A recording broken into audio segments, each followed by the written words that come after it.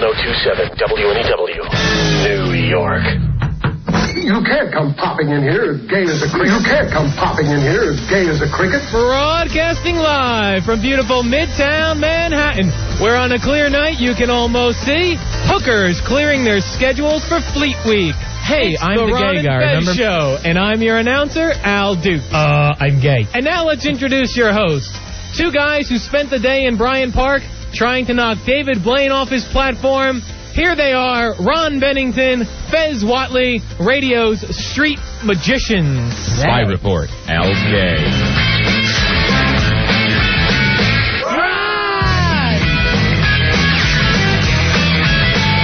Fez! Hey, I'm the gay guy, remember me? Everything I do is because I'm gay. Ron and Fez! Hey!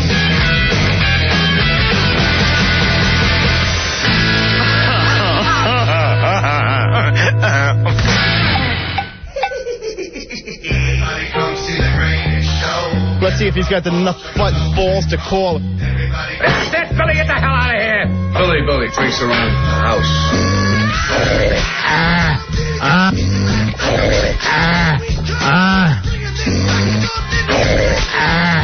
Let's see if he's got enough butt balls to call. Oh, Boris! Butters! It is the Ron and Fez show. Get in there, Butters! And Fezzy is a way to take on David Blaine. We have just put our intern up on a coffee table. Wow, thing two. Thing two will be staying on a coffee table until the end of the show tonight. How you feeling, Thing two? Pretty good. Great. He's holding up. He's got to be almost 2 feet off the ground, Fezzy. We want to recommend that you don't try this at home. Why not? Because you'll break a coffee table? Because you don't have interns. I was just down in Bryant Park before the show started because, well, I always go to all the David Blaine's gimmicks. Every single one of them. And this one's cool. It's definitely him. He's up on a pillar 109 feet above Bryant Park. If he falls, he's effed. Nice. I can't see a trick to this. The only thing I think may be true is that there is something on the mat of the pillar that sticks to his shoes so he won't slip. Oh, a flypaper, Spider-Man type thing. Yeah, more of a Spider-Man type thing than flypaper, because I don't think it's... He's glued to it. Yeah, I don't think it's glue, but I do think it's a grip. But even if, you've got to stand in the same place for 34 hours, and that's not easy. David Blaine, he's going to be up there. I guess the platform is 22 inches diameter. 22 inches, 109 feet up in the air. So, and he's going to be up there till tomorrow night when he jumps off the platform into some boxes. Leaps off into cardboard boxes, Fezzy. No stuntman would even try this. I know, because I saw a stuntman say no stuntman would do this. Of course, it was on David Blaine's 2020 special, but still. I saw David Blaine on the news this morning. He was saying it's a little colder than he thought it would be. Yeah. If it's colder, he could lose his legs. His legs could go out. If he doesn't have his legs and he tries to jump off that platform, he will die. And that concerns him. I like David Blaine because he's concerned before every single stunt that he does. He's always prepared to die. And then he'll remind you, I could be paralyzed. I know my beautiful model girlfriend's even crying and begging me not to do this. Our Freak Boy says he's down at Bryant Park. Is that true, Billy? He's there? All right, here we go. Hey, Freak Boy, you're on the air. How you doing, buddy? What's up, guys? How are you? Cool in the gang. Good. I'm an old friend of Anthony's from his Rocket days, and I'm down here at Bryant Park. Yeah. And there's a guy here. I'll have him scream if you want. David Blaine's right leg has not moved since I've been here for an hour. So you think that he's and somehow it's also expanded. That looks like a bell bottom. So people are screaming up, move your right leg, which he definitely is not doing. It's a big con. It's so ridiculous. Everyone's onto the game already. It's a big lie. Move your right leg. Watch. Hold on. I'll get this guy. You want to hear him scream it? Yeah. Where is he? Oh, here he goes. This guy's great. Hold on. Here he is right here. Hey, buddy. Scream, move your right leg. You'll be on the radio. Hold on. Tell him to move his right leg. You'll be on the Ron and Fez show. Oh, yeah? Scream Yo, listen! We want you to move your right leg. There it is. You hear that? Yeah. He won't do it. All right, now. And he's wearing a bell-bottoms. All right, Freak Boy, let me ask you, what do you think is going on with his right leg? I'll tell you what's going on. I know a little bit about physics. He's got a brace on it that goes up to the knees or something like that, so you don't. I see. You cannot fall if your leg is braced onto the thing. Okay, so he still, at the very least, would have to stay awake the whole time. Now, Yes, can you see the boot on his the whole right leg? but the whole idea of wobbling and possibly falling because you're falling asleep is a big con game. You take, take a couple of whatever, you could stay up for 36 hours. Let's just say no-dos. I'll tell you right now, I can't imagine speeding and just standing on top of a flagpole. But every time the guy yells, move your right leg, he just waves at the guy. And sure. All right, man. I like it. What do you think of that? Oh, I like your gimmick. I'm just glad I didn't pay for that. Yeah. All right, we'll see what happens. But how is he going to unclip on his TV show? I feel really bad, but I think it's a lie. On his TV show, if there is a brace, he's going to have to unclip and then jump. Yeah, but you don't think you could just do something and unclip it and then jump? That's not that complicated. Maybe he'll leave his pants up on the platform. Well, that would be hysterical. Maybe so, but I don't know. It's a letdown. All right, thanks a lot, Freak Boy. All right. All right, see you, pal. All right, we will have to send Billy Staples down there to check this right leg deal, Fezzy, that they're running. We'll get Billy Staples hooked up and send him to Bryant Park. Check out David Blaine. Now, our own intern, Thing 2, has been up there now for how long? 11 minutes. 11 minutes. He just passed the 11-minute mark. All right, let me ask you this, Thing 2. Can you move your right leg? Sure. Let's see you do it. I thought he was going to fall 2 feet. That is scary. He's tempting death tonight in our studio. All right, this on the instant feedback. David Blaine is going to stand on a huge pole while Al sits on a huge pole. That's kind of mean. They hate him. All right, the masked magician showed that his ice trick had a trapdoor. Yeah, but I don't even know if I believe that. I know that it was warm inside that ice cube that they had. But I don't know if he was sneaking in and out of it the way the masked magician showed. Because his thing, at least the guy had a mask. The weird thing, a trapdoor, we'll need a giant ice cube and a trapdoor. Now, I wonder if we could ever put Al Dukes up on one of those poles. I'd go down poles. Oh, there you go. Oh, not up, just down. I'd go down poles. Hey, Alex, you're on a Fez. Hey, what's up, guys? Hey, Alex. The reason why David Blaine can't really move his right leg is because the pole, it's very windy up there, and they're shaking the pole back and forth. And if he moves that right leg, he basically falls over. And dies? Yeah, basically. Wow. All right, but you don't think that he's hooked on there in any way? Not really. After I saw that ice trick, there might be a possibility, but, never know. I have no problem with the guy doing the trick. It doesn't bother me at all as long as it's entertaining. All right, thanks, Alex. All right, man. Here's Chris. Chris, you're on Run of Fez. Hi, Chris. Hey, what's up, buddies? Yeah, buddy. My solution for this is I think he's got probably a magnet on his foot that they'll just flip the switch when it's time for him to jump off, and he's safe and sound. Still, if we see him fall and he's just hanging from one leg, we know he's a fake son of a bitch. What is I'm not talking about the big cartoon horseshoe magnet. That's what they need. That would be great. All right, thanks, man. What if they forget to flip the magnet switch and he tries to jump? Now, you figure if David Blaine could do this, couldn't any gymnast? Anyone who has the endurance. That also has those same balance skills. Right. Because he can't be the best athlete in the world. He's just the best at staying up. All right, here's more people said he's using an electromagnet. Think about it, flip a switch, and boom, you're stuck. Tall, rigid boots with a switch magnet. That used to happen to Batman a lot. I can't believe he says, why don't you bring Eddie the Killer down there with a sniper rifle to shoot the brace off? Has Eddie the Killer killed anyone lately? I don't think so. I think 77. Yeah. The summer of Eddie. Twizzit Rock says standing on a pole for 32 hours is nothing. He should try to break Al's record of sitting on a pole for 2 weeks straight. Al, there's going to be a lot of pole jokes tonight. Hope you appreciate each and every one of them. Here's Scott. Scott, you're on Run of Fez. Hey, Scott. Hey, what's up, buddies? But I just want to tell everybody, stop being so skeptical. Everybody knows black people have better developed ankles and calves than white people. All right, first of all, you're going to get this. White people are so scared of black people. And on the other hand, I didn't know David Blaine was black. I didn't know he was black.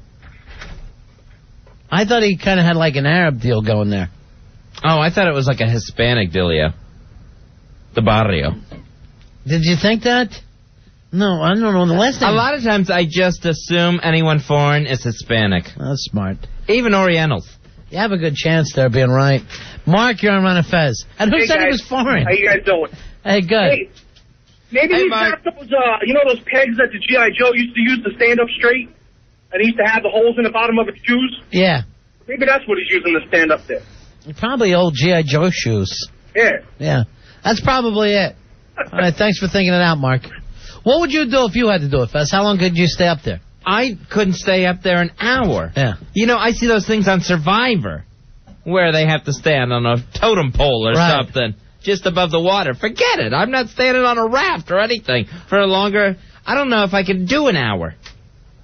I want my corns, I my once bad stayed feet. in an easy chair for 32 straight hours. Really? But I had methadone and Seconals. And it was just... so you had help. Yeah. All right, let's check back. It's 15-minute mark now with our intern, Think 2.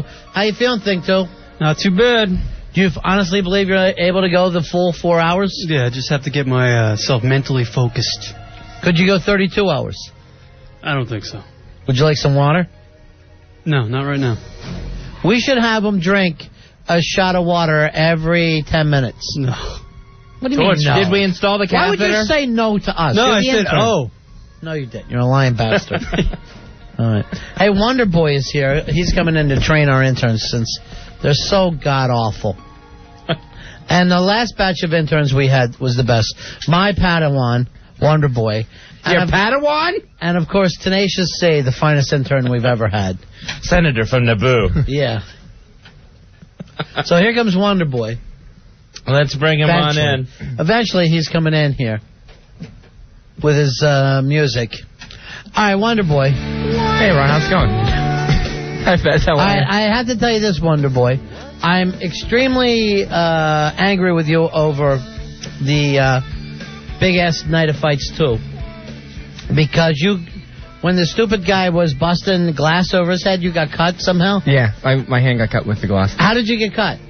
Well, I was holding the microphone up, and as he broke all the things, he was breaking them towards, like, the back, and I was sitting behind him with the microphone, so one of the pieces of the plate, I think, hit me. And that right guy on the was finger. just as dumb as a brick. Flew off and hit your mic hand, huh? Yeah, hit the hand holding the microphone. That's rough in this business. That could be a career-ending injury. It's an injury. An industry injury. Yeah, now here's my problem with it. Right. You get cut, don't go running out of there. Save it. Show the audience. Bleed. Faint.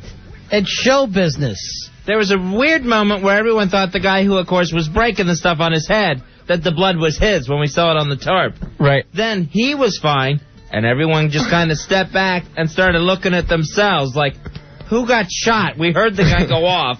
Well, I didn't want to steal his thunder. I wanted to make it seem like blood, he was the one. No. Blood is the best thing that can happen. And all you did was a few drips. I'd have squeezed your hand. We got plenty of blood out there. I already yelled, oh, my God, he's cut. And we're all having a fun time. I didn't think you'd want me to get my AIDS blood anywhere near you, so I just got a towel and got out of there just as quick as I could. But next time, I will make sure I'm there. I'm going to throw it on the crowd like it was a Guar show.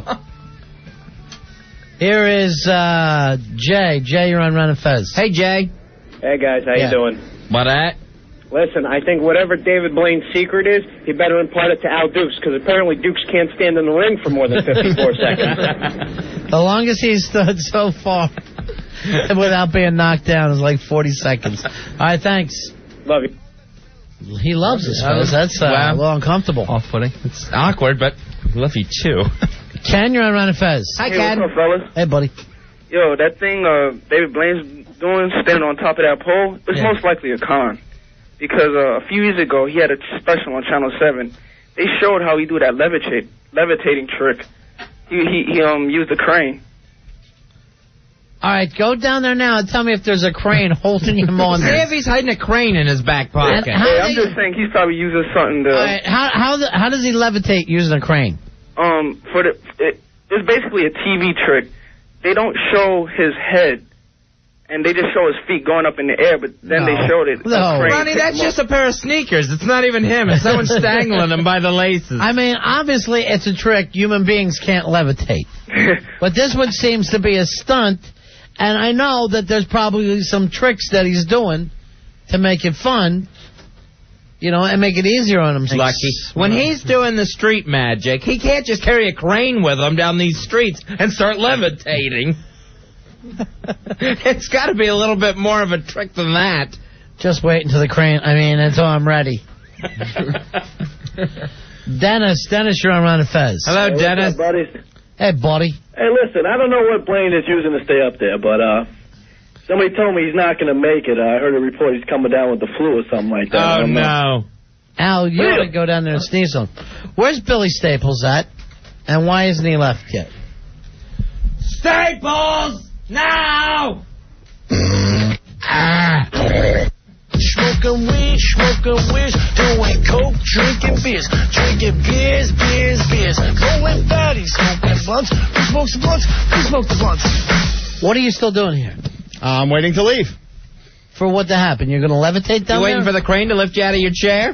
No, I double-checked with Al. He says, hang on a couple of minutes. Don't go yet. So. Based on what? Now, do you have the bullhorn? I have the bullhorn. Well, let's hear it. Okay. And I also... There he goes. And I also... I also have binoculars. That's good for you, but we're on the radio. No, so this way we'll be able to hear... Ronnie, let me just interrupt. Just say, Billy's got his jacket on because he's going outside. He's got the binoculars in his pocket. Ronnie says, do you have the bullhorn? I also have. And the hands start waving. He has already started thinking he's a magician. He was going to make binoculars appear out of his pocket for us. You morph into whatever assignment it is you have. You now think you're David Copperfield. Well, it's a special ability I have. Oh, Billy. I wish you were more like Doug Hennig. He's dead. Then we ought to have you hang around with some talented people if you morph into people. All right, look at our intern. He looks exhausted up there after 21 minutes. Are you having problems standing on the end table? My heels are starting to hurt. Yeah. All right, we need you to shouldn't have drink. wore those pumps. We need you to drink half a bottle of water right now. Just gulp it down. There you go. Or as you say to us, no. I like an intern who'll say no. Hey, Rich, you're on Run and Fez. Hi, Rich. Hey, buddy. Hey, buddy. Big ass 9800 here. I got a question about this guy Blaine. Yeah. You're talking about? Is this the guy from the morning show on NEW? Yeah. What's that? He's standing up there with Rocky for the next 24 hours. Thanks. What's Rocky's last name? Allen. Rocky Allen, yeah. No, they're happy in Detroit. There's a panic in Detroit. Did you drink half a bottle of water? Yes. All right, did he drink half of it? Yes, he did. All right, in another 15 minutes, I want him to finish that water. And then every 15 minutes, we'll have him drink a half a bottle. Okay. All right, just to make this a little more magical. Yeah, we'll do it just to keep us on track. We'll keep it at 7:30. 7:30 finishes the bottle. Right. Okay. All right. So every 15 minutes, he's drinking half a bottle of water. That's good for you, they say. Yeah, they say it is. You want to drink plenty of water. Billy, you're still here. Why are you standing here? I was just ready to say goodbye. He's just ready to say goodbye. Did you get knocked senseless at those fights? Yeah, I pretty much did. Or are you drinking again? Are you still celebrating? No, not drinking today. So, Billy, get out. I'm by. Go. I'm out of here. Go. God, he's high. He really is. He's out of the manic room, and it's that extended vacation, Right. Billy, that's starting to rear its very ugly head again. I mean, I like to sit in here doing downs all day long and just slurping and everything, but it's got to be fun. Yeah, somebody's got to be straight. Here's Jim. Jim, you're on Run the Fez. Hello, Jim. Good evening, guys. Hey, buddy. I wanted to ask you, do you think it would be more interesting if he fell than if he stayed up there? Well, part of you and any kind of a stunt is hoping maybe something horrible happened while I'm watching. Well, it's just when the guy himself is on television telling everyone I could die, every time he does one of these stunts, Sure. Yeah, that's got to be in the back of your mind. He's planting the seed. I noticed when I was down there, none of the ABC people looked too concerned. I didn't see a lot of, oh, my God, we're in trouble here. And they could be out of a special tomorrow if something horrible goes wrong. Dano, you're on Run of Fez. Dano. Card holder 7272. I was just wondering, how do you think Blaine's going to go through the bodily functions thing up there? That would be the big trick. He says that he fasted for 4 days so he won't pinch a loaf. And he's wearing a catheter, and he supposedly has a small amount of water that he will be drinking. Well, that pretty much answers my question. But Thanks, guys. No matter what stunt this guy has, he's wearing a catheter. He's just lazy. If he was on his couch watching his own special, he'd have a catheter in. Now, with Thing 2, who's up on the coffee table. Yeah? With Thing 2 who's up on the coffee table, we're going to see how he does it, how he lasts, because he doesn't have a catheter. So we're going to see how that part of the trick is unveiled. That should be interesting. He may just end up wetting on our coffee table. We're not sure at this point. Do you feel like you have to go to the bathroom at all yet? Not yet. Yeah. All right, in 5 minutes, you're finishing your first water. So it'll be 2 waters an hour. That's not too many. No, he's fine. Yeah. He's good. Did you fast at all? You can just say yes or no. Just nod your head. Actually, I took a leak just before I got in here. All right, you realize that's not fasting, right? Right. But. Do you understand what fasting means? Yes, not eating. Not eating. Not eating. So did you fast at all? No. Oh, that's going to be a mistake. That's going to be a problem. Because the fact that we're going to have pizza in here and just eat it in front of you, too. Hey, Thane, you're on Run of Fez. Thane. Come back, Thane. Yeah, I'm here. Yeah, go ahead. Hey, 12266. Hey, I want to know how David Blaine got up there. I wasn't watching, but did he get up by a cherry picker or something, Fez, at noon? I would imagine that some bucket truck lifted him up there. If anybody, that seems the easiest way. Yeah, if anybody saw that, 877-692-1027. Now, while I was down there, some reporter went up and was interviewing him from a cherry picker.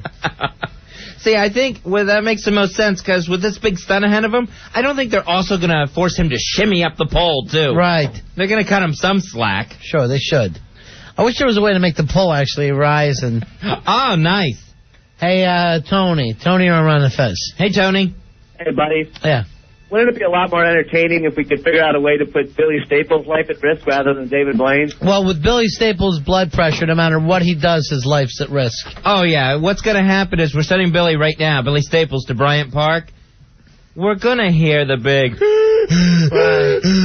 breathing as soon as he calls in. Later, we will have to try to find the tape of Billy chasing the horse in Central Park, breathing like we were having them chase Secretariat instead of one of those old nags that's going about 100 yards an hour. And if you're out on the streets, around Central Park, and you see one of these handsome cabs, you realize how slow that horse actually moves. They're slow as F.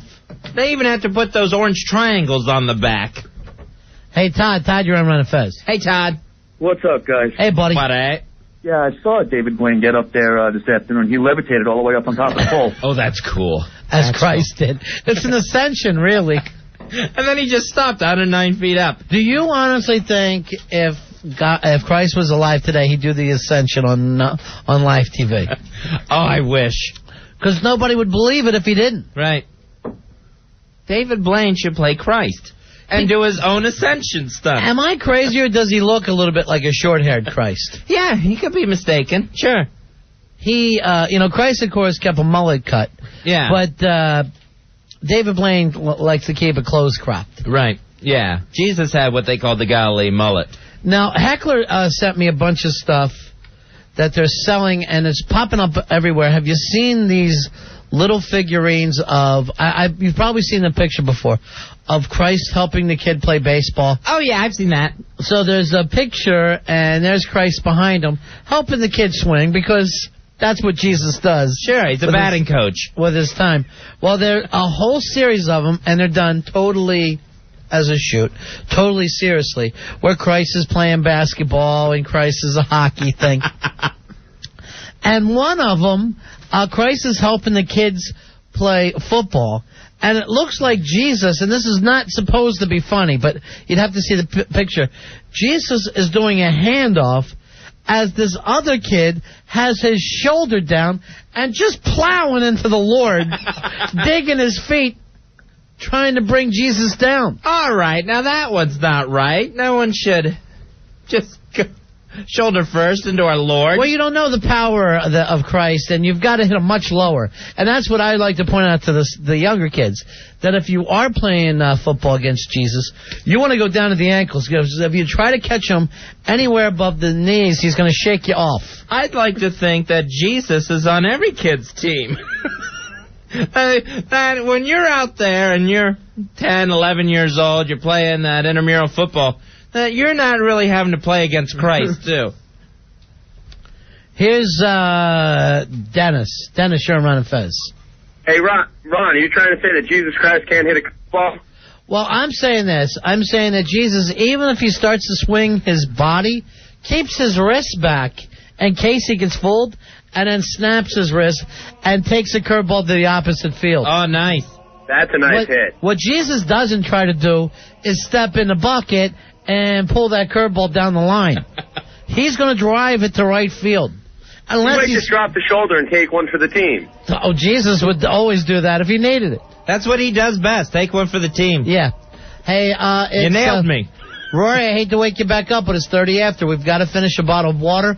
This means that our intern has been up on a coffee table for 30 minutes. He's a junior David Blaine tonight and drinking a half a bottle of water every 15 minutes. He's fantastic, this kid. I mean, you might even get the name David Blaine Jr. Right now, I don't know how he's doing it. No, I don't either. There's got to be a trick to this, standing on a coffee table and drinking water at the same time. Now, later, we'll be throwing carts at him. Nice. Hey, I love a cart bath. Hey, Matt. Matt, you're on Ron and Fez. Hello, Matt. Hey, how's it going, guys? Hey, buddy. What? Yo, they used to sell these T-shirts with Jesus Christ dressed up like a hockey goalie. Yeah. And underneath it says, Jesus saves. See, I always consider, I would always think of Jesus more of a center, maybe on the wing, Fez. I want Jesus shooting for me, and not just spending all his time in the net. Jesus saves a goal. Hey, Tom. Tom, you're on Ron and Fez. Hey, Tom. Hey, guys, have you seen the one where Jesus gets high stick? No, I didn't see that. That's awful, though. A little Marty McSorley almost takes his eye out. Oh, it's awful. All right, thanks.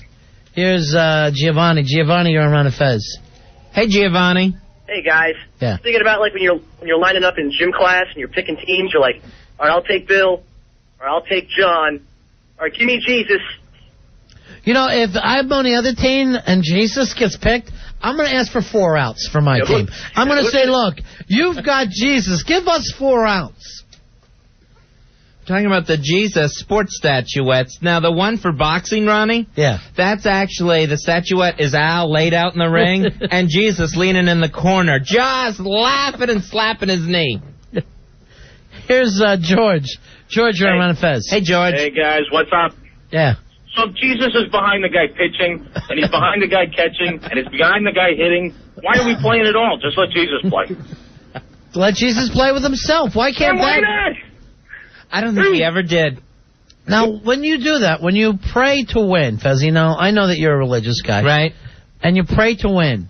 Does that mean you're asking for Jesus to pick you over the other team? I think if you just, in your prayers, if you say, if you find it in your will, Lord, if it be part of your plan, let my team win, I don't see anything wrong with that. But you think that somehow he doesn't know which side he's picking. He's on the fence here, and yet he hears your prayer. Yes, he hears everyone's prayer. He's like, I'm not sure which side. Wait a minute, that's something from Wally. Wally just put down $150 on the Jets. Here's and I could use that money, Lord. Now, you're Lutheran, right? Yes. That's odd. Why? Here's Scott. Scott, you're on Ron and Fez. Yeah, Fez, you got the figurine with Luther Vandross playing football? Oh, is that who the Lutherans pray to, Luther Vandross? No, it is not. We pray to baby Jesus, thank you. Now, by that, do you mean Martin Luther King? No, I don't mean Martin Luther King. I mean Jesus. And turn off the Luther Vandross. Does this remind you too much of church? No, we don't play this in church at all. See if you can find out where that Jesus thing is. I don't know what it's called. I think it's a site, and you can buy these little figurines. They're collectibles, but it's basically just Jesus playing all these different sports. Jesus loves sports. All right, this on the instant feedback. Have you seen the wrestling figurine where it's Jesus versus Goldberg? I think the wrestling figurine would be Jesus there to tag up. All right, this on the instant feedback. Well, on the last Survivor, both of the winners, the last two were Jesus freaks, but the black chick won, so maybe Jesus is into affirmative action. Well, the deal there wasn't the white girl a Mormon? Yes, she was. Now, what do they believe in, Mormons? Now, I believe, and correct me if I'm wrong, people, the Book of Mormon, they added to the Bible, and that's like another testament of Jesus Christ in North America. So Jesus was an Indian to them. So, yeah, when Jesus ascended, before he went all the way to heaven, I guess he hung around with the Native Americans of this country. All right, somebody sent me this. Let me make sure I think where it was. IKEA Boy, of course, who does all the best stuff. Here it is. It's one of the places, and it's all over the web, but CatholicSupply.com. There he is, Fez. There's Jesus. He's playing soccer against two little kids. There he is also. These are great! Now, he's uncomfortably, the kid that he's helping bat, he's uncomfortably leaning up against him there for a Catholic thing. I think that we need to keep a little space between any man and boy now, since... For the Holy Spirit? Yeah. Let's put it. Oh, yeah, there's Jesus. He's hugging the batter, and there's a little kid catching behind the batter. Sure. That's uncomfortable. That's nice. And Jesus playing all these sports in his sandals. Yeah, here he is golfing. Again, he's leaned up, crouched up against the kid, while the kid's trying to drive. It looks like Jesus is driving as well. Now, in case you think that we're being blasphemous, some guy just made these. You know, I don't know whether Jesus is really out doing this. I don't think he's endorsing them. Yeah. So one of the websites carrying this, CatholicSupply.com, if you want to look at the Jesus statuettes. The all-time best, go to football, and that's where you have the kid just driving himself into Jesus' midsection. As Jesus, I don't know. I don't know whether Jesus is taking the hand off or getting it. It looks like he's getting the hand off. Yeah, which looks like this other kid would have had to been offsides to catch Jesus in the backfield. That's impossible. Jesus, who are your linemen? That's what I want to know. Wouldn't it be the disciples? I guess so. Judas must have been center. All right, here's the Jesus basketball, and he's just slapping the ball back in a kid's face. And it looks like he's either keeping the ball back from a kid or just slapping one back at him after the kid just put up an air ball. It does look like a lot of keep away. Oh, you know what I think it is? I think Jesus is giving the jump ball. I prefer to think that Jesus is starting the game. I prefer to think that Jesus is playing defense and just slaps the ball back in the kid's face. Those are some pudgy kids he's playing with. Kind of exciting one. There's Jesus doing martial arts. Nice, he's dressed for it. And we're not making up any of these. Jesus, of course, this is new. Jesus is rollerblading. And again, with the martial arts, go under other sports for that, Rory. It looks like Jesus is either being taken down by these children, where it looks like they're trying some kind of a judo move. Weirdly enough, there's Jesus with little girls in the ballet. Jesus doing gymnastics, which it looks like a dismount to me. Jesus skiing. But apparently Jesus is only around any kind of phys ed stuff. He never shows up in the classroom. Right. Hey, Warner, you're on Ron of Fez. Hey, Warner. Yeah, how you doing? Big ass card holder 14750. Hooah, hooah. Hey, buddy. Hey, listen, how come when you go to wakes, you get like Jesus rookie cards? What is a Jesus rookie card worth now, Fezzy? Oh, because there was only 13 made in mint. Yeah. Wow, that's got to be worth something. That's got to be worth what? A couple $100? Here is Dave. Dave, you're on Ron of Fez. Hey, Dave. Yeah, hey, Jesus could never play sports. Historically, he's a pacifist. Sports are a very assertive, aggressive pastime. Well, we never said that there's Jesus, shooting at other people. Oh, you're talking about hockey. Hockey's an aggressive sport. Football's an aggressive sport. Yeah, but all sports are. Yeah, but a pacifist just basically means you don't want to kill, right? No, a pacifist is somebody who's passive. A pacifist doesn't believe in any... When was the last time you saw a passive linebacker? But, a pacifist is against all competition? No, I don't think so, Fezzy. Can't be. All right. They're against board games, too. Now, Jesus all right. Hey, show me Jesus on the track, Rory. Bring that up. Here's one that was sent to us by Sheepy. It says, I think it's Jesus is always with you. And here's Jesus with these are more of illustrations. Jesus with the bank teller. Oh, nice. So some nice different jobs. But it looks like he's yelling 15, 27, 35, 156 in her ear. He's making her lose count. Now, do you think it's like that, Fez, that Jesus is so close to you at all times? Oh, yeah. In a comfortable way? He's right there. But what if you're jacking? He's kind enough to look the other way till you're done.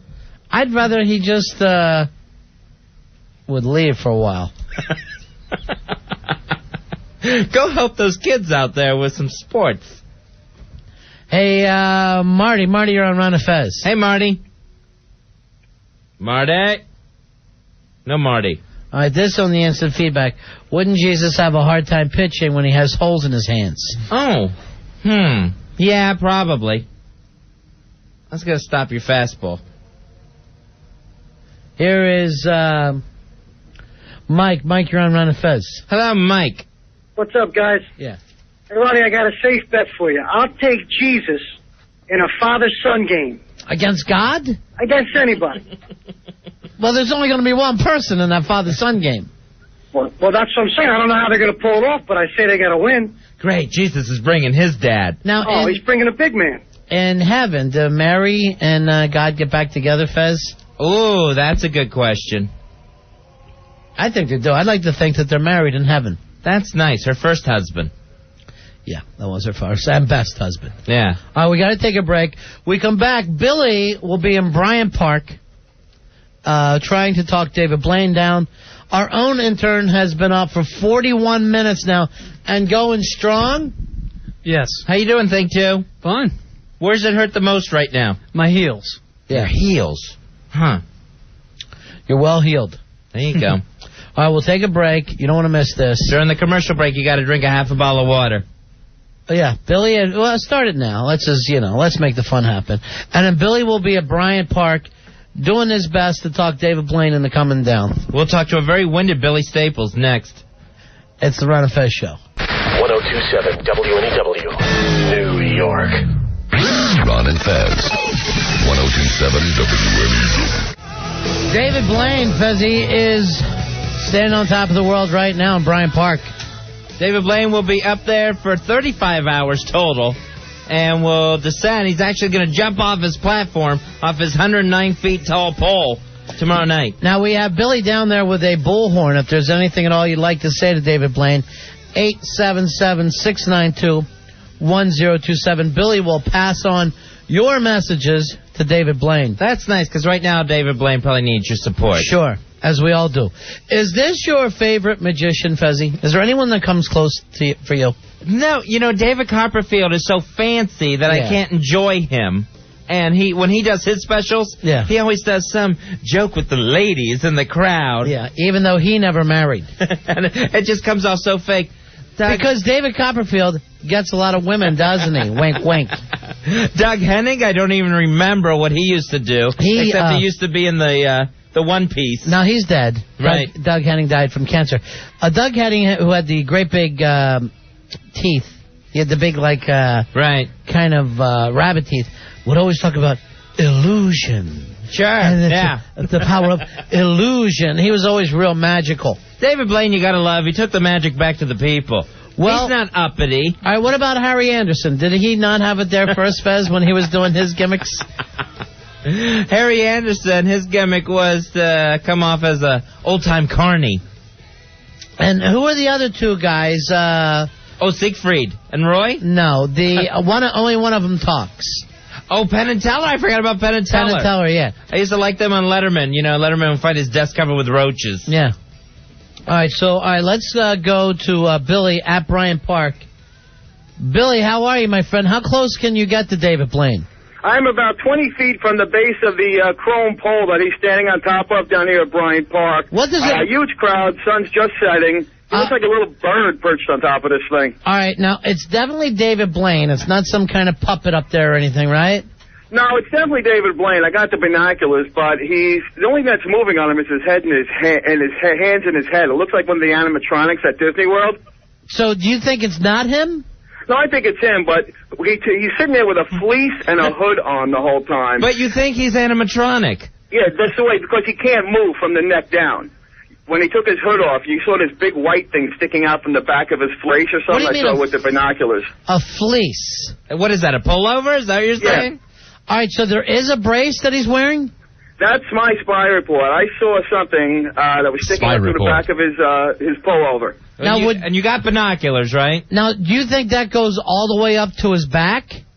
Yeah, it looks like it reminds me of what the football players wear, like the Brian Cox thing that sticks up in the back of the shoulder pads.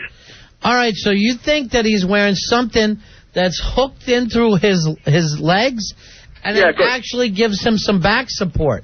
Exactly, because he's standing right leg in front of the other one, and so the right leg is, like the guy said, is completely non-movable. The left leg is moving, but his right leg all the way up to his neck is just like totally stiff. So all he's able to do is wave his arms and smile and stuff. That's about it. So is he standing there with his legs crossed? Or one just way out in front of the other? One in front of the other, kind of like model-like, the models pose. Mm-hmm. All right, let's give our intern another half of water. This is only 2 waters an hour he's drinking. He's been up on a coffee table now, Fezzy, for an astonishing 57 minutes. Wow, coming up on 1 hour. Thing 2. Now, thing 2, how is your legs feeling, and is there any kind of a brace that you have holding you up there? No braces. I'm good. I'm starting to lose it. He got those off last year. You're good or you're starting to lose it? Communicate like a human being. Every once in a while, I'll close my eyes and I'll lose my balance. Why are you closing your eyes? It's hard standing here. All right, Billy. Yeah? Are you ready to yell things out for the listeners? I'm more than ready. Yeah. Now, are you worried that they'll chase you out of there, or do you think that you'll be seen as a hero by the folks at ABC? Ron, I am the voice of the people right now. People have questions that need to be answered, and I'm the one here to do it for them. Okay, let's let Mark.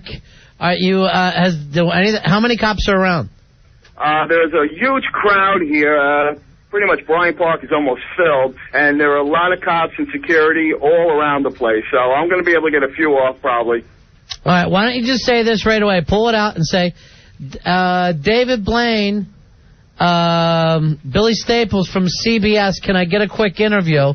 See, that way it's going to sound like, you're with CBS. Make sure you say you're with CBS Radio, because you are. Like you're part of the legitimate press. Right. Okay, so start it off that way. Are you ready? Yeah. Ready. Oh, okay.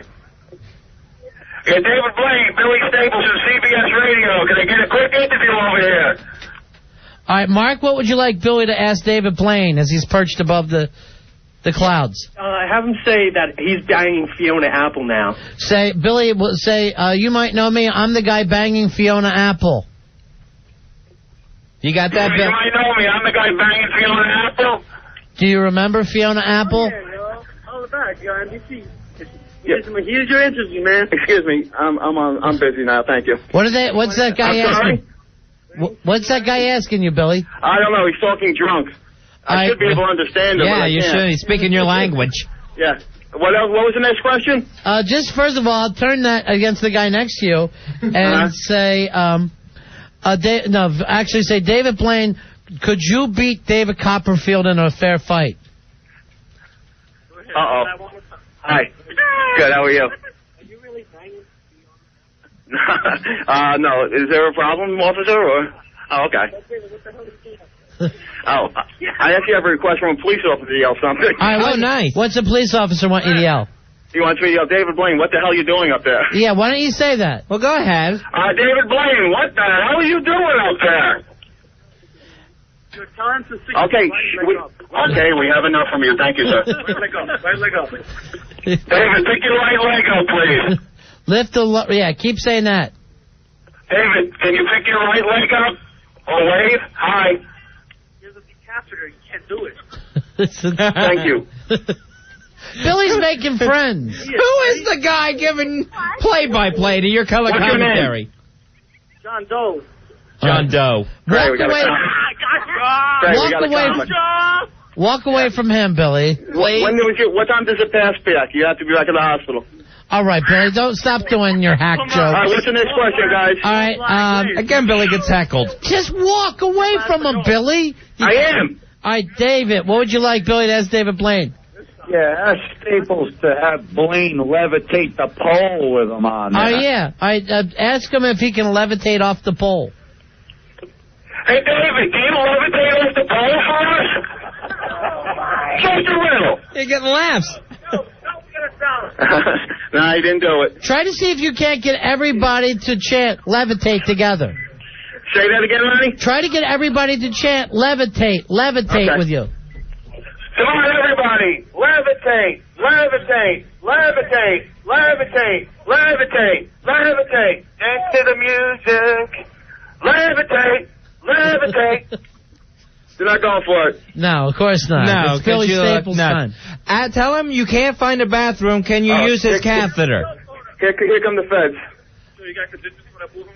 What conditions would that be, sir? You can't blow that bullhorn as you did. All right, hold on. Billy, what's going on there? Then I'm sorry. Yeah. Okay, no problem. We didn't know that. We didn't know that from CBS Radio. We didn't know that. No problem. No problem. You won't hear no more from me. You got my word. Billy, why don't you now? I want you to take that thing. What's your problem? They just told me to stop, and I stopped. They asked me to stop, and I stopped. Yeah. All right. Well, thanks for your opinion. Tell them that we're on the air right now. Yeah. Well, we're on the air. Thank you for that. I appreciate that.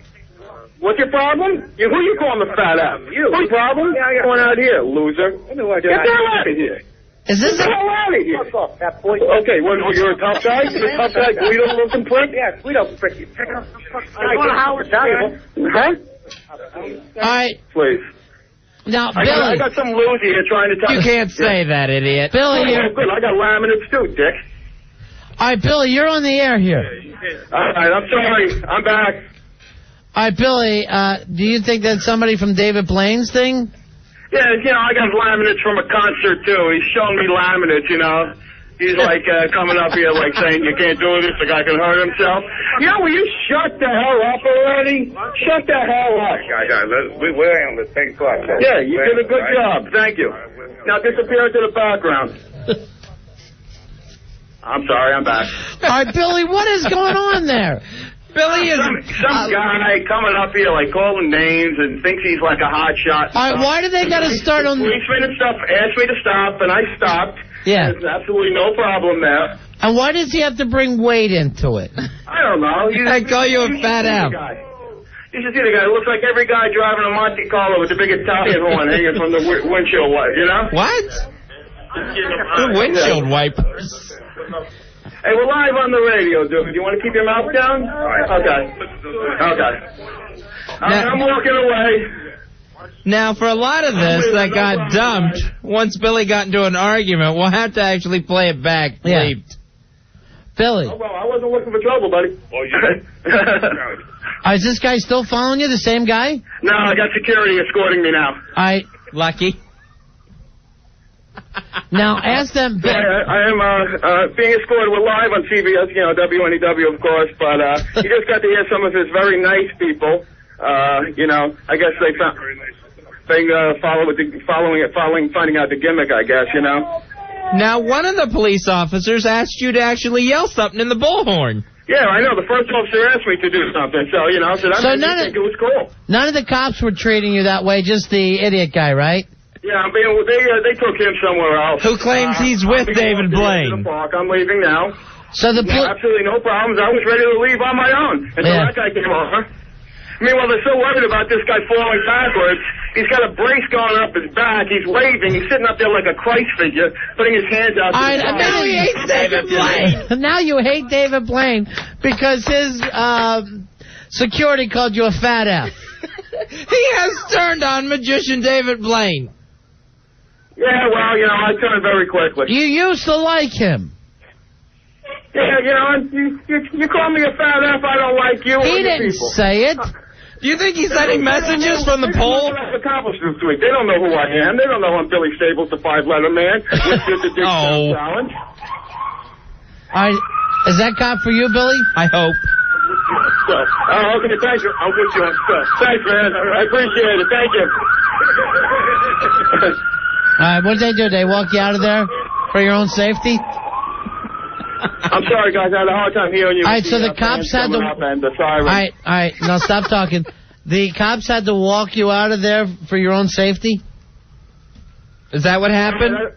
I've been escorted from the park. David Blaine's still up there. Oh, I didn't think they escorted David Blaine from the park.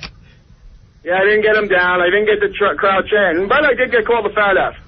All right, now you could have stayed here and had that happen. Now it seems like your feelings are hurt. Yeah, I think I'll give him a parting shout before I leave. Yeah. Well, this on the instant feedback. Say, Billy, put your goddamn clothes back on. David, put your goddamn clothes back on. All right, I'll say that as I leave, all right? Yeah. David, put your goddamn clothes back on. All right, I'm out of here. All right. The big guy's having to run again. This on the instant feedback. Hey, David Blaine, if you're a magician, can you make my boredom disappear? All right, I'm actually running now. All right. Run, fat ass. And I'm not even winded, you hear that? Yeah, you're doing great. Oh, you're the best. I am the 5-letter man. Yeah, right. Sure, that's where you're running away from another fight. All right, I've completed the mission. I'm heading on my way back. Yeah, sure. You completed it. All right. Hey, Roy, how quick do you think you can edit that tape together for us? I'm doing it right now. We should have it in about 5 minutes. All right. Because there was a lot of Fs, there's a lot of A-holes in there that had to get dumped, unfortunately. So Rory's going to take the raw tape there. That's the closest we've ever come to actually running out of... We had one left, so if someone cursed, we would have gone to Van Halen. And they were calling him Fat F. And Billy's yelling it right back. Right. That's what starts to eat up the delay. Let me tell you something. The New York comes out in Billy in no time at all. He is always ready on the street to throw down, even though he can't back it up. But the guy, he'll do a Digs Down challenge. Hey, Billy. Yeah, I'm here. All right, is everything okay with you now? Did you get away? Yeah, I walked about 2 blocks away now. They're not following me anymore. All right, hold on. Here's Tom. Hey, Tom, you're on Ron and Fez. Hey, Tom. Hey, what's up, boys? Yeah. I work across the street in Verizon. First of all, I seen the guy mess with him. Those guys, they're just like private security for the park, actually. Right. They're a bunch of a-holes. But he should go in front of the Verizon building in the front of the park on the sidewalk. They can't make him leave from there. That's what, 42nd and 6th? Between 41st and 42nd on 6th Avenue. They can't make him leave? Now, this has come up... That's the closest you could get to him. It's closer than where he was in the park. It's the sidewalk. What do you think of that, Billy? In front of the Verizon building. Yeah, unfortunately, the ruling was not that I was actually where I was. It's I'm using an amplified device without a permit within the city of New York. All right, Billy, what about this? That's your voice. On the instant feedback... Well, Billy really does need to get the other part of his belly stapled. That's bad. There's a... That's the funniest thing! Spy report. All right, here on the instant feedback from Lithium, why don't you, Billy, run out and buy some of those laser pointers and point them at his eyes and see if he falls? Oh, you should be able to find those in any souvenir shop. You want That would be better when it got dark. Yeah. Here's Leo. Leo, you're on Ron and Fez. Hey, Leo. Hey, I don't think that was dumped out of. I heard it perfect when the guy was swearing at Billy. All right, thanks a lot. Oh, nice. Hey, Bill, you're on Ron and Fez. Yeah, I heard the guy called Billy a fat F. Oh, anything that gets our dump guy fired, I'm on. Oh, that's beautiful. Let Jeremy Coleman know about this. The dump guy's letting the F word go out? That's great.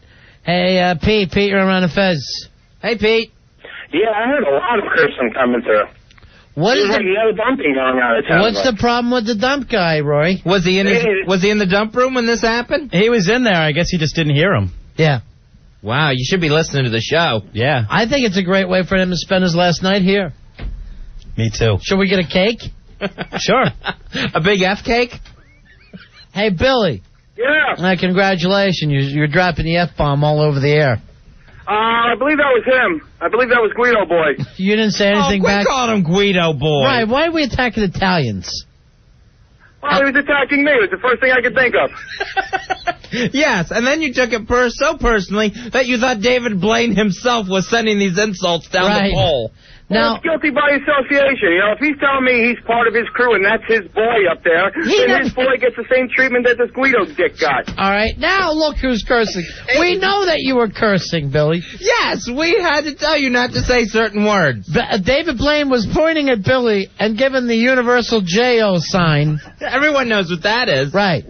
No, you know what's really weird about that, Fez? We don't have a sign for love. No one can ever say the love thing, but everyone knows the universal J-O. You make the sideways fist go up and down with a little hole in your hand. Although, have you noticed this, that more people are trying to use the I love you sign language? Oh, really? Apparently they're teaching kids sign language in school now. Hey, it's time for you to drink another water. How you feeling up there, buddy? Thing 2. A little tingling in my bladder. All right, Thing 2 has been standing up right now, Fezzy, on our coffee table for an amazing 1 hour, 11 minutes trying to beat David Blaine at his own game. And we're having him drink a couple waters an hour. And he doesn't have the benefit of a catheter. Yeah. He will have to whiz himself if he decides to go. All he's got is his own genes. Yeah. How you feeling, Thing 2? I'm feeling good. What hurts right now? You mentioned your heels earlier. Yeah, my heels, right after I drink the water, start to get a little woozy, but it's all right. Woozy. Whack. I hate the fact that he's got his own microphone.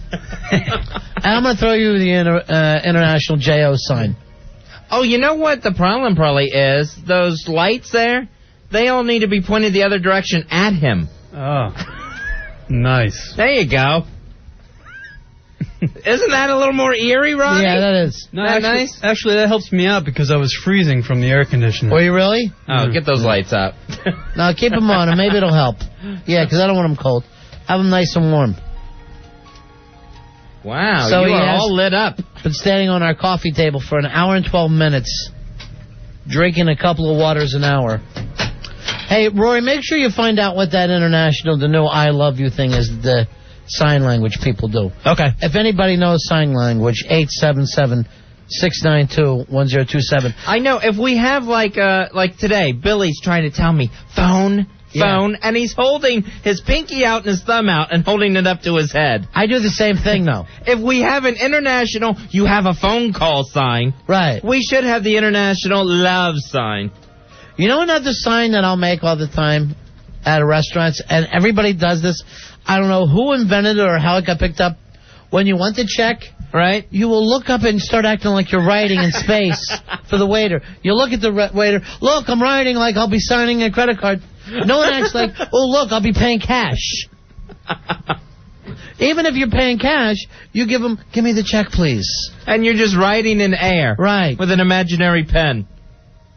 I don't know where we got that one from. I don't know where that came from. Where did this one come from?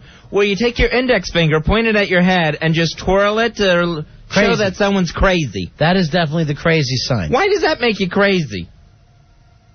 That your brains are all spun up? Yeah, I don't know, but that actually has gone on forever, right? Yeah. Well, at least since I was a little kid. Like you're cuckoo. All right, here's Tyler. Tyler, you're on Run the Fez. Hi, Tyler. Hey there, guys. Love the show. Yeah. But not a big ass card holder. Anyway, listen. The international I love you sign is your pinky up, your next 2 fingers down, your pointer up, and your thumb out. All right, that's the Texas Longhorns. Oh, I would think of it more shout at the devil. Yes, it's actually very close. Or you can actually, like if you're giving yourself a hug, Fezzy, Yeah? You can, that's actually also represents love. I thought that represented cold. Yeah, I would take that. If someone did that, where you're giving yourself a hug, I would say that's cold. Cold, you put your hands out, palms facing down, rattling back and forth, almost like you're questioning something, that's cold. That was... All right, now if I did that move where my palms are out, my hands are extended, and I'm moving them up and down, that makes the sign of this floor is unsteady. That's not a sign. Here, Matt, you're, I'm sorry, let's go to Paul. Paul, you're on Run of Fez. Hey, Paul. Hey, what's happening? Hey, you're all wrong, there. Yeah. You gotta just shove up your middle finger. If that don't mean love, I don't know what does. You know what I mean? Well, that, that's something every children would know. Every child would know is the FU sign. Now, that supposedly, somebody told me in England, you drop a finger down or something for FU. Oh, just the opposite. Is it two fingers like we use the peace sign? Why would it be? Show the back of it, though, for some reason. You the back of it. I mean, because, in England, they were doing that V for victory during World War II. That's kind of where we got the peace sign. Yeah. The peace sign actually started in, the 60s. But I don't understand why the hook 'em horns would mean I love you, or the shout at the devil, we're at a metal show, means I love you. Hey, Rob, you're on Ron and Fez. Hey, Rob. Uncle Ron, Aunt Fezzy, how are you buddy. tonight? Big ass 276. Thank you. If you remember back in the days of the Jimmy Superfly Snuka Roddy Piper feud, the symbol Jimmy Snuka would use before he jumped off the top rope, that was the I love you symbol. And he even explained it one day, saying that it's like some Asian, Polynesian coconut thing. Yeah, that's thumb and pinky out with not using the index finger. All right, yeah. And he would go up on the top rope. Yeah, I'm going off the top of the cage. That's what that sign means. Hey, Simon, you're on Ron and Fez. Hey, Simon. What's up, Ron and Fez? Big ass card holder 11100. What's up, fellas? I got the layman's version of the International I Love You. What's that? For the ladies out there, you just blow them a kiss. Now, do people actually even blow kisses anymore? Mwah. Yes, I think yes. Now, I don't consider that. What you just did is blowing a kiss. I thought, well, you actually you look like you're blowing it off your hand. You kiss on your hand and then give them a... Yeah. Oh, and you don't see that anymore. Well, then what would this be? I'm bringing it back. Like the dating game. Yeah, that's more of it. Now, see, instead of blowing you a kiss, Fezzy, I would call that throwing you a kiss. Oh. You would yank it out there. You're like pulling it out of your mouth and tossing it over. Yeah, no, wait a minute. Let's see you just do that. Who would ever even do that when you think about it? That's almost craziness. And what is the thing that the Italians do when they... Oh, that thing. They're taking their arm and throwing it kind of across their forearm, and it's supposed to be up yours. Right, as the forearm goes straight out. Yeah. And then the other hand comes over and slaps like the elbow of the forearm. Right. Does that mean up yours? You can do it, straight out, or you can also do it, where you bend the elbow up. The forearm goes up. Hey, Andre, you're on Ron and Fez. Hey, Ron, Fez. Hey, Andre. Caller, big-ass card holder 11763. Yeah, I usually work in restaurants, and in the summertime, you ever notice that when somebody's, they're real thirsty, they do that little hand thing towards the mouth to get water? Yeah, right. Yeah, like they have a cup. Everybody does that to waiters. Like, can I get a little more, can I, please? And they're doing it where they're holding a cup, but they won't just hold it to their mouth. Right. They're like pouring it. They're wiggling it down their throat. They're taking several gulps because the imaginary cup's going up and down. Now, no one ever does that where I need a little more food and you just start to act like you're taking a fork and sticking it into your mouth. What if you wanted fries? You wanted an order of fries. You just act like you're holding a fryer? Yeah. Fryer. But, you'll get that in bars with your friends. You're in a club, and you get up to get a beer. You come to that universal, you need a beer. Yeah. The drink. Just shaking in front of you. All right, we're giving more water to our intern. Oh, good. This is his, second, third? It's his, he's just finishing his third right now. That's his third bottle of water since he's been up. 1 hour, 19 minutes, coming up on an hour 20. As he's trying to beat David Blaine's record of standing on a... stop making noises like that in the microphone. He'll be standing on an end table.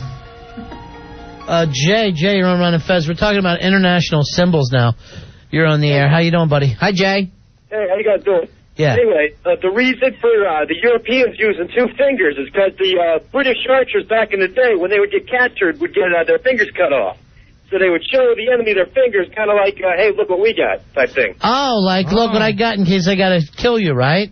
Yeah, something and that like was your way of saying, F you, look, you bitch, you're going to end up getting an arrow in the ass. Exactly. But nice. All right, but how did the middle finger ever get around to meaning F you to begin with? Here's Joe. Joe, you're on Run of Fez. Hey, Joe. Hi. Yeah. What's up? Yeah, hey, good. I always wonder about with sticking someone's finger under your nose when you're going to sneeze. I always thought that was to stop the sneeze. But, I mean, is that really going to stop a sneeze? A one finger? Yeah, I don't know. I always thought the thing was, you know that middle part of your upper lip that's right under your nose? The nose drain? Yeah, if you push there, that's supposed to stop a sneeze. I wonder if that's true. I never knew that. I heard that, and you push right there to stop a sneeze, and also slap your thigh. I heard Is that a sign for I got to sneeze? You're slapping your thigh? That's a stop one. Here's Ralph. Ralph, you're on Run of Fez. Hey, Ralph. What?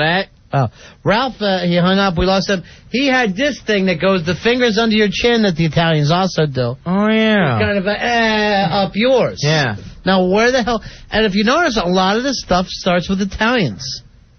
Here's Nick. Nick, you're on Run of Fez. Hey, Nick. A lot of sign language. It isn't part of sign language. We know more sign language than we realize. Yeah. Hey, Nick, go ahead, buddy. Hey, guys, how you doing? Hey, buddy. Truth, I can't believe everybody's forgetting the universal what time is it pointing at your wrist. Point at your wrist, and everybody should know. I need to know what time it is. Even though I don't have a watch, I'm pointing where a watch should be. A lot of people... I'm sorry, there's actually an even worse one from the fingers under the chin. That's when you take your thumb, you put it underneath your teeth, and you, boom, shoot it at it. Yeah, and that's so much you're supposed to hook a nail there and make that. And what do the Italians mean by that one? I'd ask Al since he's the Italian, but he's only an Italian by his aunt's marriage. He has no idea. His aunt married an Italian. Yeah. JD, you're on Run of Fez. Hey, JD. What's up, guys? Yeah. All right. What about the international smoke weed sign? Oh, nice. It's like you're holding a blunt, but like you're rubbing it back and forth. Like that doesn't make any sense. Yeah, you're just doing that. Yeah, I'm rubbing it back and forth, and it's the tiniest little roach I ever had. No one actually holds a nice big joint. It's always a tiny little roach. You just use your index finger and your thumb to pinch it together. All right, Afrod wrote in and says, you know how you talk about the phone being just the pinky and thumb up? Right up to the side of your head. If you put that down in front of your mouth and do it, that means I need another mug of beer. Oh, drink, or also the look who's drunk. Yeah. Drinky. Drinky We do that to Billy all the time. Yeah. But you notice that if you're you might do that with where it's not that little glass of, when you're asking a waiter for a glass of water, you're asking for a mug now. Now you're holding a mug. You need a draft. Yeah. Either that or you're trying to drink your phone. Yeah. We're not sure. Paulie, you're on Run of Fez. How you doing, Paulie? Hey, Paulie. Hey, boys, what's going on? Yeah. That. Hey, you know, the universal sign for oral pleasure is putting your fist near your mouth, going back and forth, and then puffing out one of your cheeks. Right, so does she, do you know if she, is there any way I'm going to get a... You're poking your cheek with your tongue. Here is Vanjie. Vanjie, you're on Run of Fez. Hey, Vanjie. Hello? Yeah, how are you? Vanjie. Hi. Well, when back in grade school, when it was, are you going to get your butt kicked after school, and somebody would point at you and either shake a fist or put their fist in each eye and then point at you and, you know, like 3 o'clock. Or just punch their other hand. Excuse me? Or just punch their other hand. Right, I punch into their other hand. Matt, you're going to get it after school. Yeah. So that's an international indication of an ass kicking. All right, that's good. Okay. I like the fist shaking, just like Colonel Clink. Yeah. Hogan. That to me means more if you got away. And I'm yelling at the car as it drives away. Where this means I am waiting. I am putting my fist in my hand, and I'm waiting for you. And I'm pretending my hand is you. Yeah. In your face. Andrew, you're on Run of Fez. Hello, Andrew. Rubbing your tummy. You're full. Yeah, Mom, I can. Stay gold. Or, Fezzy, was that pizza any good? Ooh, that was good. I'm rubbing that belly. You rub the belly around. I'm rubbing my big Kamala belly. More of in a counterclockwise way. Here's Carrie. Carrie, you're on Run of Fez. Hello, Carrie.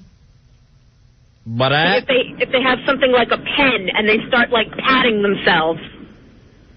All right. Now, I know people will, like, if I ask Fez for a pen, he'll start patting himself, saying pat myself down. Saying that he doesn't have one? Right.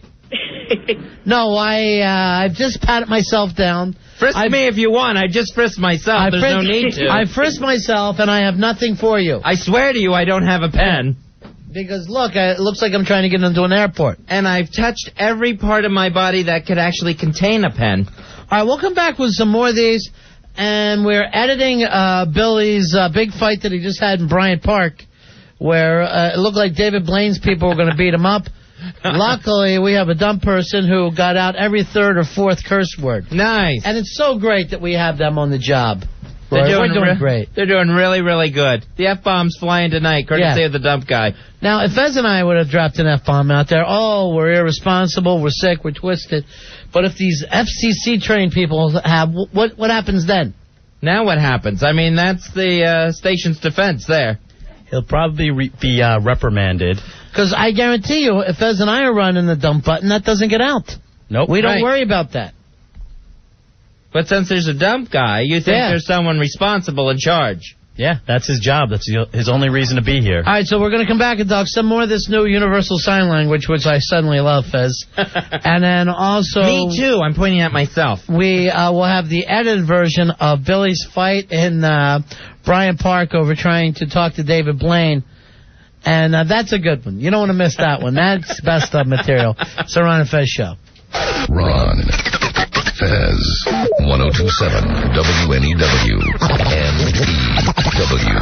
Ron and Fez here to tell you about New York Health and Racket Club, especially their brand new 40,000 square foot Chelsea Super Club. Doors are just opened. You know, our own Al Dukes trained there, and he was able to box like he's never boxed before. He stayed up for 50 seconds instead of 7.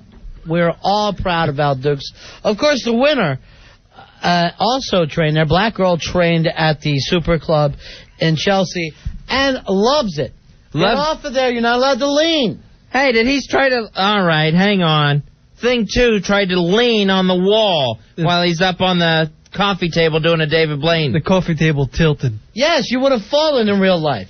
You're not allowed to put your hands up against anything. You think David Blaine's up against a CD rack? No. That kid will ruin anything. I'll tell you what. He's the worst intern we've ever had.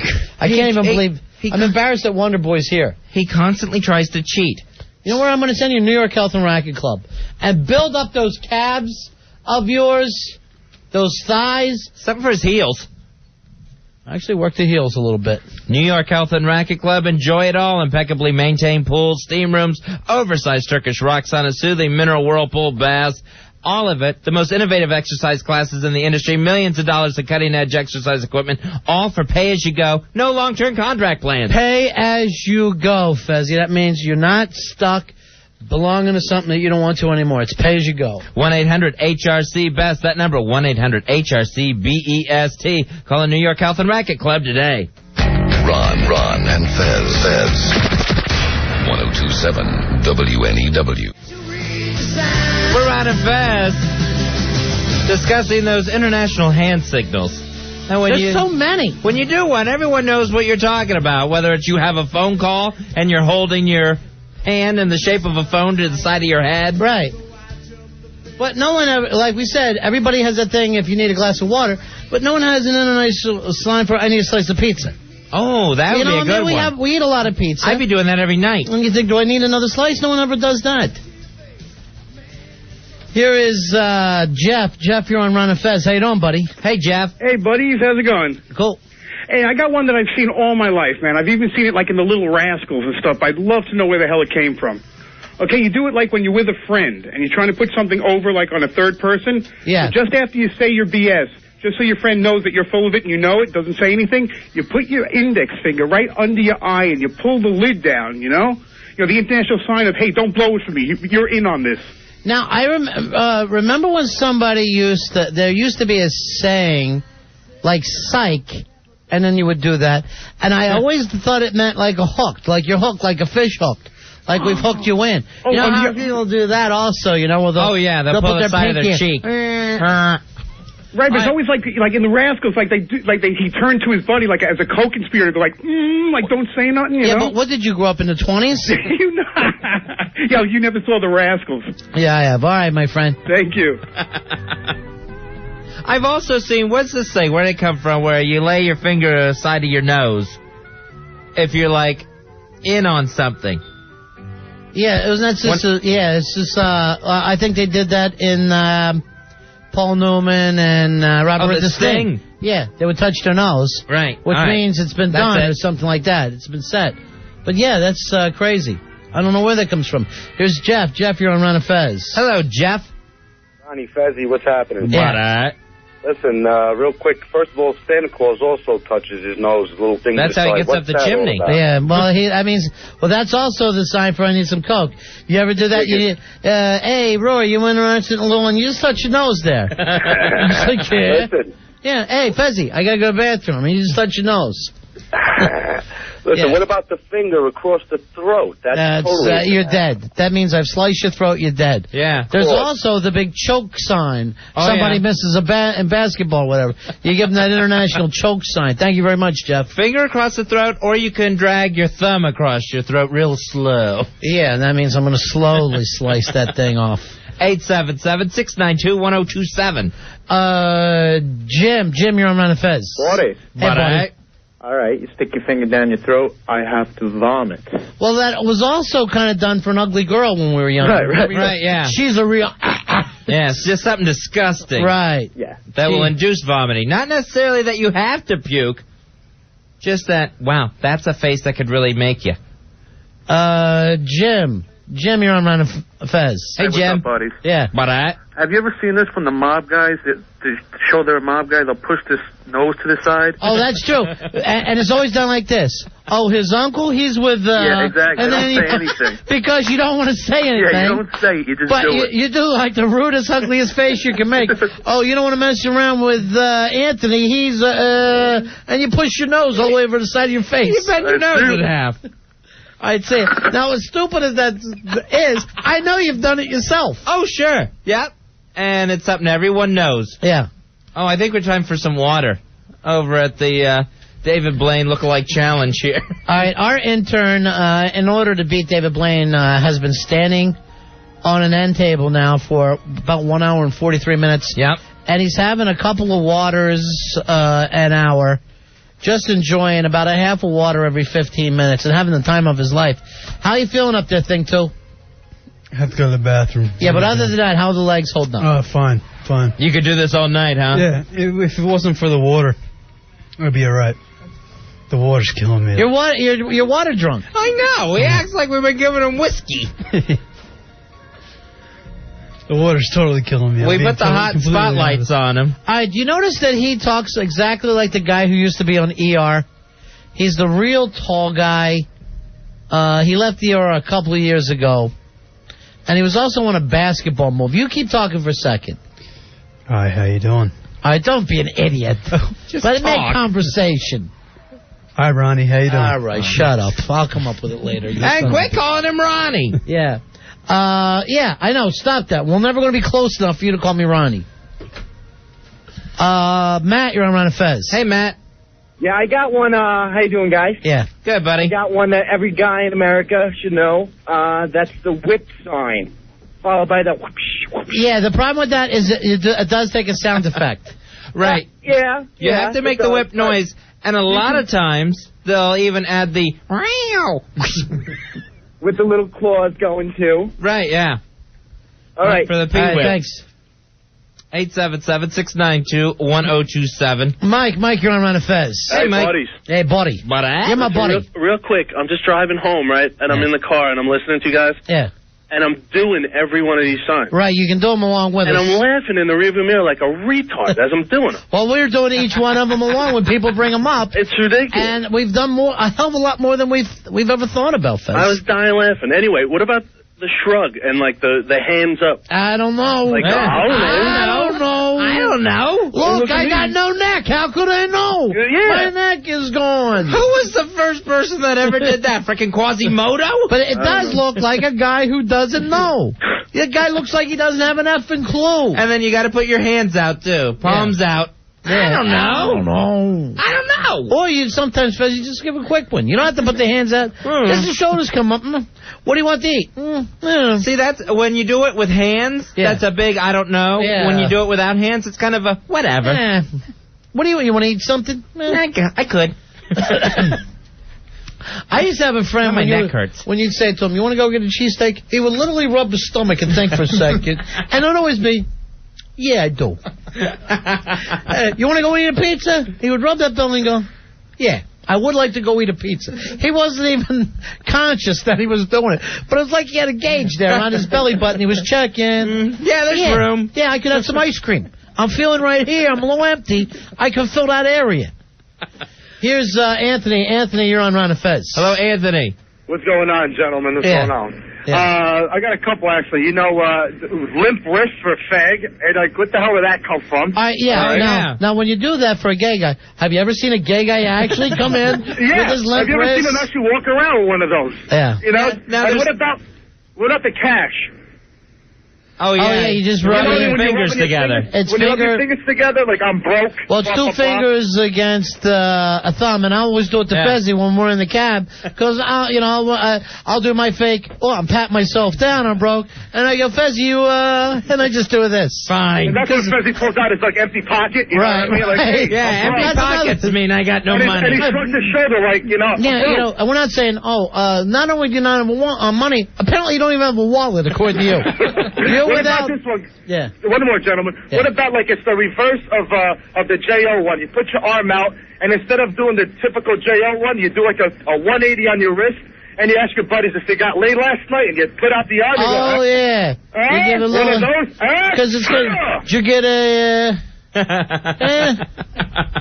The other gay one besides the limp wrist is the Tinkerbell. Right. Where you act like you're shaking a little bell. I think that came from Mr. Roper. You know, Fez's cousin is, I thought he was in the Riscos. He's more than Here's John. John, you're on Ron and Fez. Hello, John. Buddies. Hey, buddy. I got two. One for male, one for female. One's the universal big hooter sign. You put your hands underneath your chest. And those like you got big jugs. Like you're bouncing them for them. Oh, yeah. Hey, does she have, yeah. She's got, And you start to... You're really enjoying those pantomime breaths. Yeah. And we got one for a male. It's for a real small pecker. When you put your fingers close together. He's got a little, but only girls do. No guy's ever going to say he's got a little tiny. And a girl will actually... he has a... they always say it about their ex-boyfriends. The fact is, you stayed with it for 3 years... sucking and licking and climbing on top of this thing. But now that you're done, oh no, he has... All right, let's play, and we'll come back to this because people are enjoying it. But earlier tonight, Billy Staples was down at Bryant Park trying to talk to the world-renowned comedian David Blaine through a bullhorn, and we all thought it would be a lot of fun, and we'd all enjoy ourselves. And it went okay for a while, Fez. Sure. And then trouble ensued. As it always happens with Billy Staples. Now, I want you to take that thing... What's your problem? They just told me to stop, and I stopped. They asked me to stop, and I stopped. Yeah. All right, well, thanks for your opinion. Tell them that we're on the air right now. Yeah. Well, we're on the air. Thank you for that. I appreciate that. What's your problem? Who you calling a fat ass? Who you calling a fat ass, Dick? What's your name? My name's Rich. Rich? You got a problem? Yeah, I got So it's been taken care of. Go take a walk. You're so important. What the hell are you doing out here, loser? Get the hell out of here. Is this Get the hell out of here. off, fat boy. Okay, you're a tough guy? You're a tough guy? Guido-looking prick? Yeah, Guido prick. You pick up. Huh? All right. Please. Now, I got some loser here trying to tell me he's connected with him, with this Guido-looking asshole. You know you can't say that, idiot. Billy, oh, good. I got laminates too, Dick. All right, Billy, you're on the air here. All right, I'm sorry. I'm back. All right, Billy, do you think that's somebody from David Blaine's thing? Yeah, I got laminates from a concert, too. He's showing me laminates, He's like coming up here like saying you can't do this, the guy can hurt himself. Will you shut the hell up already? Shut the hell up. We're in the same club. Yeah, you did a good job. Thank you. Now disappear into the background. All right. I'll give you this much, Billy. You didn't back down a bit. No, not at all. I'm not going to. Did it feel insulting? He just didn't call you fat. He called you fat boy. Oh, like you were 8. Meanwhile, this guy was about 5'2". It's like one of these guys that lives in the gym, walks around like, okay, touch my head. You know, one of these idiots. So it's like, is that an Italian no, thing but I've again? seen an impression of one. Yeah, right. You know, he's coming on like he's real important. These guys are full of self-importance, you know? Now, you go down there posing as a journalist, and yet, while you're on the air with us, you're cursing and having to be dumped, too. Well, he should have been dumped. He just wasn't by our crack staff. Well, the a-hole came out. And that was all, you know. Yeah, but you can't say a-hole. Well, you realize that, I know right, that. Walter Cronkite? It came out in the heat of battle. It came out, you know. What battle? All right, Billy, we tried. We tried with you. Tonight was going to be your big night. It was going to be your exclusive interview with David Blaine, and you're in a fight with a security guard. He wasn't even a security guard. I mean, half the one cop came over. You want to go down there and tomorrow with a fake mustache and try it again? And glasses? Yeah. I could do the Groucho thing, yeah. All right, we'll slick your hair back. There you go. Yeah, because tomorrow I'll be, we'll go back, and hopefully I'll run into this guy again. Yeah, whip his ass, right? Like you did tonight. Oh, please, the guys, you know what, come on, give me credit. I did what we had to do. Well, we understand that, Quick Bell. Everybody's giving you all the credit in the world, Quick Bell. Never happened. There it is. Yeah, it did never happen. Right, there never was a Quick Bell. No, it was right on time. Fez, this is from Evan on the instant feedback. He goes, here's a hand signal for you. When, let's say I say something and Fez and Roy don't get it, I give the little swish sign over my head. Just showing, hey, I am so bright, nobody can follow me. Swish. Whoosh. Right over your head. Because you are so intelligent, normal people can't keep up with you. Because normally it's more like, it caught you right here about the head, no one liked it. Billy, speaking of which, I saw you doing some hack jokes with the guy. When you do back. Is that how you handle a heckler when you do your stand-up? Well, yeah, just, you know, whatever comes into the top of your head. You know, you go to the stock humor once in a while. Sure, I would love to do that in here, where we let the guys heckle you like you're on stage. We pretend you're doing your stand-up, and how you handle hecklers. It's not really the same thing. It's when you're in one-on-one, face-to-face, it's a lot different. You know, you can get in the guy's face and what his appearance is and what he looks like and what he's wearing. Billy, this on the instant feedback. You should be on the next season of Osbournes after all the beeps you got tonight. You know, he looks like an older, drunker Jack. I was just sitting there minding my business, you know, doing my job, asking the questions the listeners wanted to hear, and this guy coming over and just like, you know, trying to throw the tough guy act at me. All right, this on Bro, you had the opportunity. You were right there with him. Don't come back in here and start being all tough with him. This on the instant feedback to Billy. It says, way to go, Fatty Fatterton from Fatville. Fatty Fatterton from Fatville. I happen to be a lean 256. You're looking good, too. I saw you in the ring. You look great, bud. Size is 256. Seriously, man. You look great. Thank you. I mean, you won 6 fights. You won 6-0, Fezzy. You're taking them out to an all-you-can-eat buffet. Oh, God. Hey, by the way, Billy, if you don't mind, most of the people in my family are coming along with that, along with some few outsiders. They're not invited. Oh, that'd be great. It'd help the conversation flow a little better. Yeah, this thing's going to be like a banquet. When are we You're going? You're going to need conversation, Billy, because I ain't speaking to you during that meal. I'm not even sitting at the same table. Billy, do me a favor. Go back down there and invite that guy that was calling you fat boy. So, how do we look? Chubby? Is that what he said there? You know what? I changed my mind. I am going to sit at the table with you because I don't want to have to tell the waiter, and yes, I'm picking up that gentleman's check over there. And it be you. That's funny. Hey, Tommy. Tommy, can you hear me? Hey, Tommy. Hello. Hey, buddy. Buddy. Hey, buddy. Buddy. Hi, how you doing? Yeah, we're okay. Good. Go ahead, buddy. When you give somebody the pinky, you don't care to send the very best. Yeah, okay, that's fine. All right, now that's just a joke and stupid. We're trying to do something real. Hey, Charlie, you're on Run of Fez. Hey, Charlie. Yeah, hello. Yeah. Yes. Yeah, I was hearing you talking about the international signs and whatnot, and every time I see the Warner Brother cartoon things and see the coyotes stand on the side of the road trying to hitchhike, it's not like today's hitchhiker. You know, they stay like the elbows at a 90-degree angle, and they're really moving that arm. Yeah, they used to do a, hey, going my way, pal. Yeah, there's a little effort to it. Now, hitchhikers today, man, they're lazy. They just stand there. Is it that, or you don't want to be caught by a cop, so you're just sticking it out there slightly? I mean, if the cop is going to catch you, if you give you a ticket for hitchhiking, that's kind of like a badge of honor. Yeah, you can get a ticket for hitchhiking, my friend. Because, there's guys that they just drive around looking for young people hitchhiking so they can slice their heads off and bowl with it. Nice. Did you see that girl, 13 years old, got killed? Yeah. Meeting a date on the internet. And, if you have kids, 12, 13, go into their room and say, who the F are you talking to? Get the computer out of there. That computer has no business being in the room. Keep the computer in the living room. Put it right on the dining room table. They can use it at dinner. But yeah, 25-year-old guy. She meets him on the internet, and then they find her body. He confessed to it. Right, but he said it was an accident. He was just partying. He was having fun. Sure. Trying to, he's just trying to shake her up a little bit while he's banging her. Some fun. You don't think so, Fez? No, I don't agree with this story. All right, hold on. Thing two, it's time for you to drink water again. What's the problem? What? I'm gonna collapse, man. My bladder's killing me. It's not even English at this point. What are you saying?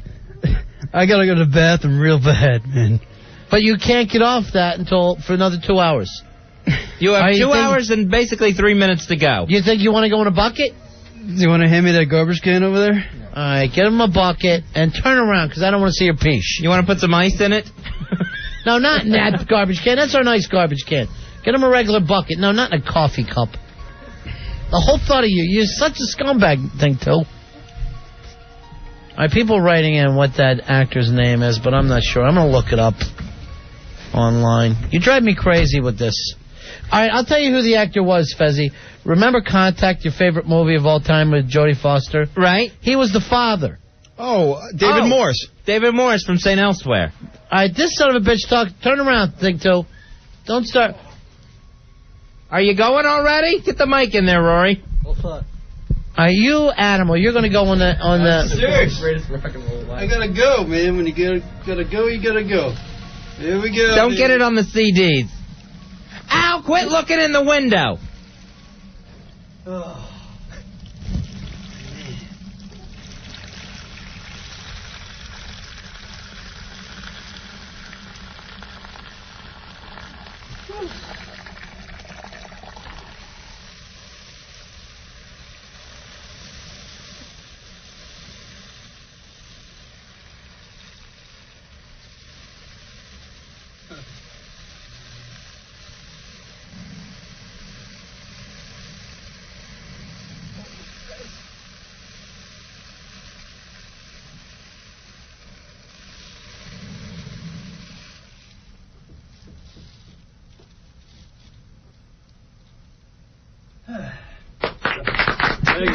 Well, you weren't kidding. You really had to go.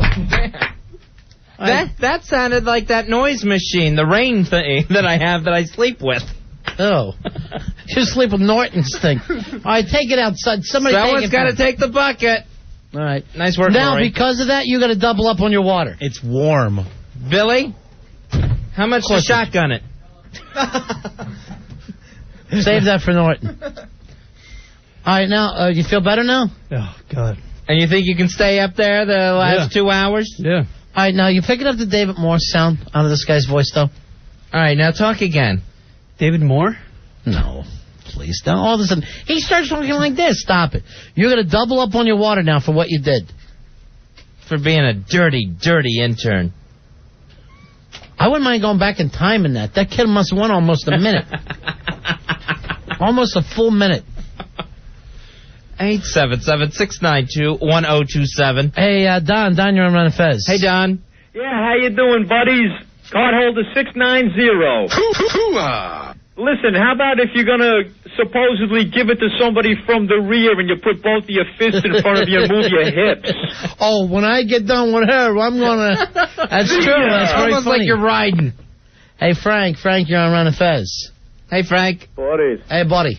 That actor you're talking about, he was also in, I lost it. Okay, screw it. He was in the Green Mile. He did a lot of things. But does this intern sound exactly like him? 12 Monkeys. Yeah, he does. Yeah. And I got a hand signal for you. Yeah, what's that? When you put your hand up to your lip and you turn the imaginary key as if you're keeping a secret. Oh, tick a lock. Oh, yeah, you take a lock. Right on. That's it. There's that one, and when you want someone to be quiet, just the finger over your lips. The index finger. Shh. Yeah. Remember, keep it... Quiet. Hey, Dave. Dave, you're on the Fez. Hello, Dave. Buddy. Hey, buddy. Buddy. Big ass card holder 403. There you go, buddy. I got a good one. When you put your finger around your ear to tell somebody that they're crazy or cuckoo. Yeah, we talked about that a while ago. Oh, no, did we? Yeah. Yeah. Oh, my fault. The person on the phone should have told you. No, they didn't. Alas. All right. So how about the one, you guys are missing a gold mine here, charades. Oh, yeah. Movie, thing. yeah. Oh, sure, it's always yeah. movie, yeah. Movie, With book. the movie, it's an old kinescope that you're really cranking yourself. All right, have you ever done, yeah, right. Have you ever think an update? You play with people and they'll go like this, movie. And you'll hear them actually right from the beginning. They can't keep their big mouths shut long enough to play charades. A book is when you just open your hands, open your palms. All right, do you ever notice when Al gets, let me see how much of this I can get out. Here's the thing, like Al's way of showing that he's nervous, he teabags his own sack and then puts his finger up to his stink hole. I have noticed that. That's right. Chris, on the instant feedback, said that when the kid was going in the bucket, it sounded like the beginning of Riders on the Storm. We'll have to play him back to back. Hey, Andrew, you're on Run the Fez. Hey, how you doing, guys? Yeah. Hey, Andrew. Hey, I'm pretty sure that guy's name was David Morse, and he was an old Disney actor when he was a kid. If you watch some old Disney... I didn't know that. Yeah, from the 60s. He's in all those bad movies. Yeah, it's Morse, like Morse code. Right, I'm pretty sure it was David. Yeah. All right, thanks a lot.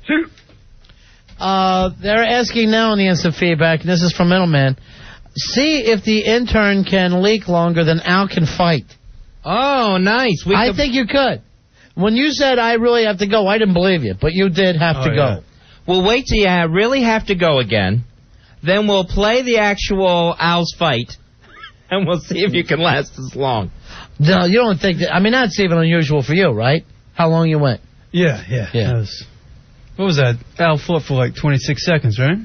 All right, I heard it that time. Yeah, it's just amazing. I heard it that time. You just have to get him a normal conversation because he can't just talk on cue. Yeah, he can't talk like a normal person. You have to lead him in. You have to trick him into talking. All right, here's our buddy Heckler. Heckler, you're on Run of Fez. Heckler. Hey, buddy. Hey, buddy. I'm going to tell you, that had to be a radio first. That noise was very soothing, and like Fez, I do have one of those sound machines I sleep to, and I think maybe intern should be a setting along with white noise and babbling brook. Intern leak. Hey, now, did yours, because I used to use one of these before I moved into the city, and when in the city I could sleep fine.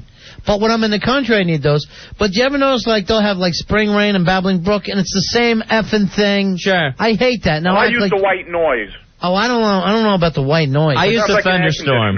Yeah. I recommend it. If you can't sleep, it's the greatest thing, and hearing that sound, I almost fell asleep. I would use Arabian Nights or something like that. Sometimes there was some kind of a crickety sound. Yeah, they have that on mine, and they also have the heartbeat, which is kind of scary. Yeah, I never went for the heartbeat. I got loons on mine, which is just annoying. It says, woo, I put on the heartbeat. I'm waiting for Vincent Price to walk into my room. You're staying next to a lake on yours, Fez. Yeah.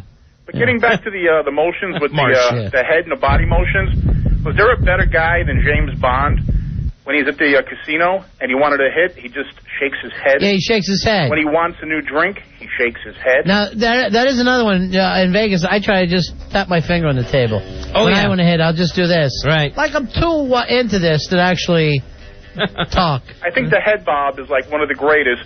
And even in, like, you watch the worst movies with bad, evil gangster killers, whatever, and when they want to wipe somebody out or just waste somebody, they just look at the guy and just do the little head tilt. Hey, That's the coolest. All right, you sent us an email with a question about a gun, Heckler. Oh, no, you're going to bring that up now. We're still fighting over this. All right, go over the question. We'll see if anybody knows the answer. All right, this is something that's very strange. My friends and I, well, we're basically living in the past. We all watch Gunsmoke. Gunsmoke is the greatest. The greatest show. I watched it as a kid. I love James Arness, even though he played the carrot in the thing. The beginning of Gunsmoke, the opening credits. It's on TV Land every day at 12 noon. He comes out. Now, he's a big fella. He's got to be about 6'5". He's about 6'4", 6'5". That's short. Right. One of my friends told me that they made a customized gun because when they originally shot it, the gun they had was too small in his hand. And my friend swears that they made an oversized pistol when he does his first kill in the opening credits. How? Because he was so big, he needed a custom-made larger cannon. Smith & Wesson or whatever the Winchester, whatever it was too tiny in his hand. And if you noticed in the show, they don't really show his gun that often, but when they do, it looks like it's a bigger gun. Now, we debate this because I look at the tape, I rewind, I freeze frame. It looks like a normal-sized gun to me, but my friend swears that he read it somewhere. I've done a lot of research.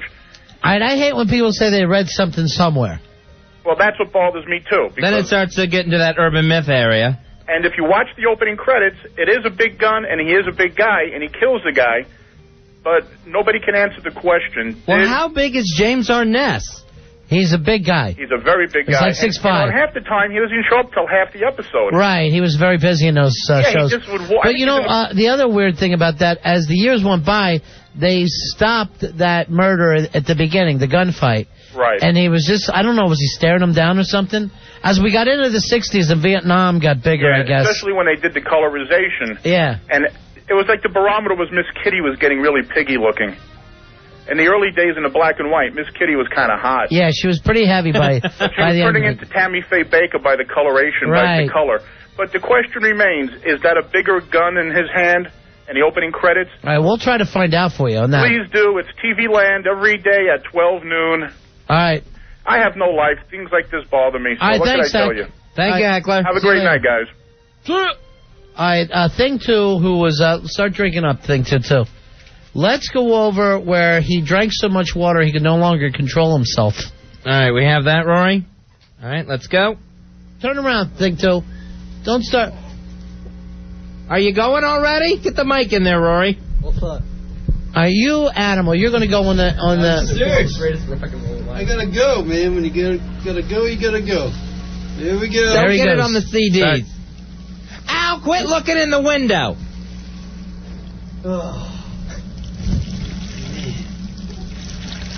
That's 10 seconds.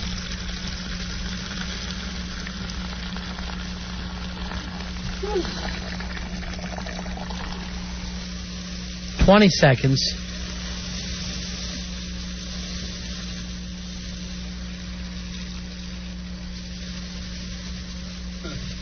$30 seconds. A lot of that's him hitting the plastic bag in the can.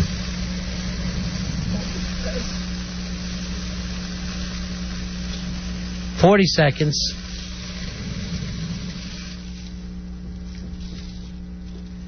About 46 seconds. Just about as long as Al Duke's fight, we believe. That's true. That lasted as long as Al Dukes versus Black Girl. That's weird. That's unbelievable. Congratulations, Thing 2. All right, let's bring Al in, and we haven't talked to him all night, and I hate him like there's no tomorrow, and I don't want him taking over the show. But do you realize this intern can whiz as long as you can fight? Yeah, but he's had a lot of water. You wouldn't think there'd be enough water in the world. If so, all right, if we had made the bet before the big-ass night of fights, too, and we said, Al, I bet this kid could leak longer than you could stay in the ring with Earl. What would you have said? Yeah, I would have said no way. Exactly. Yeah. So it's ridiculous, isn't it? Now you're acting like, of course, this kid's got a monster bladder. What can I do? There's always an excuse that doesn't involve Al. All right, somebody wrote into us, I know the heckler's true identity. He used to work for the ballet union. Does the ballet have a union? I didn't think there was enough of them to have their own union. And they're mostly foreigners. You know what I would do if I was in the union? I'd say, we want pants. That'd be nice. The first thing I'd open with. We want pants and we want to stop standing on our toes. You know, we got full feet. Something other than these slippers, and I hate these tights that are showing my bulges. All right, Mikey Day wants to come in and help us with the ballet union. Anything that comes up fruity. Here comes Mikey D into the room. The 5-time Tony Award nominee, Mikey D from Broadway. Yeah, Mikey D. What do you know about ballet union? Never really heard of it. I think there was one, but I'm not quite sure if there still is. I'm sorry. Billy wrote to me that you say yes. So you had an answer. My big problem is with Billy, not with you. No. There was a union at one point. Yeah. Now, did you take ballet? I was a major ballet person in the High School of Performing Arts. Is that LaGuardia? No. High School of Performing Arts, like Fame. I thought that was LaGuardia High School, though. No. All right. Where's the High School of Performing Arts? When I went, it was on 46th Street off of 6th Avenue. Now, why didn't you get in the movie Fame? You would have been perfect. I was in the movie Fame. Ronnie, you can't mention a movie you wasn't in. What did you do? Which one were you? I was just dancing around. I didn't Were have you a the major black part. guy who danced? That was me. Were you doing ballet? I was just dancing. It was really modern jazz that we were doing. But most of the guys that were on in the movie were from the school. All right, let me see a little bit of ballet. Show us something by ballet. I'll show you the 5 positions. All right, 5 positions. Here we go, Fezzy. Try not to knock that kid off his coffee table. I know for a fact Fezzy knows at least 4 of the 5 positions. First position? All right, well, let me see. All right, there's... What's he doing with his That's called turnout, Fezzy, right? Is that turnout, Mikey? Turnout. Nice work, Ronnie. Yeah. Second position? All right, there he is. Not just a further turnout. All right. Third? Yeah. Fourth? Right. Fifth. Ouch, look at that one, like you don't even have balls. Oh, everything just gets crunched and Now, I can't even do the turnout, and I'd never be able to do the one with no balls. All right, here, Bob says he knows something about Heckler, the ballet unionizer, on Gunsmoke question. Bob, you're on Run of Fez. Hey, Bob. Hey, guys. Yeah. I have one of the replicas. It's a replica of the original Army issue Colt 45. All right. That's why the barrel looks a little bit longer, and that's why the gun looks bigger. Now, what are you doing with the replica of the Gunsmoke gun? Oh, I've got all kinds of guns. I have an original Winchester 76. All right, yours is a working gun, though, right?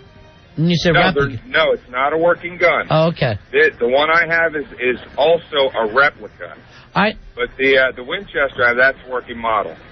Now, you got this just because it looked like the Gunsmoke gun?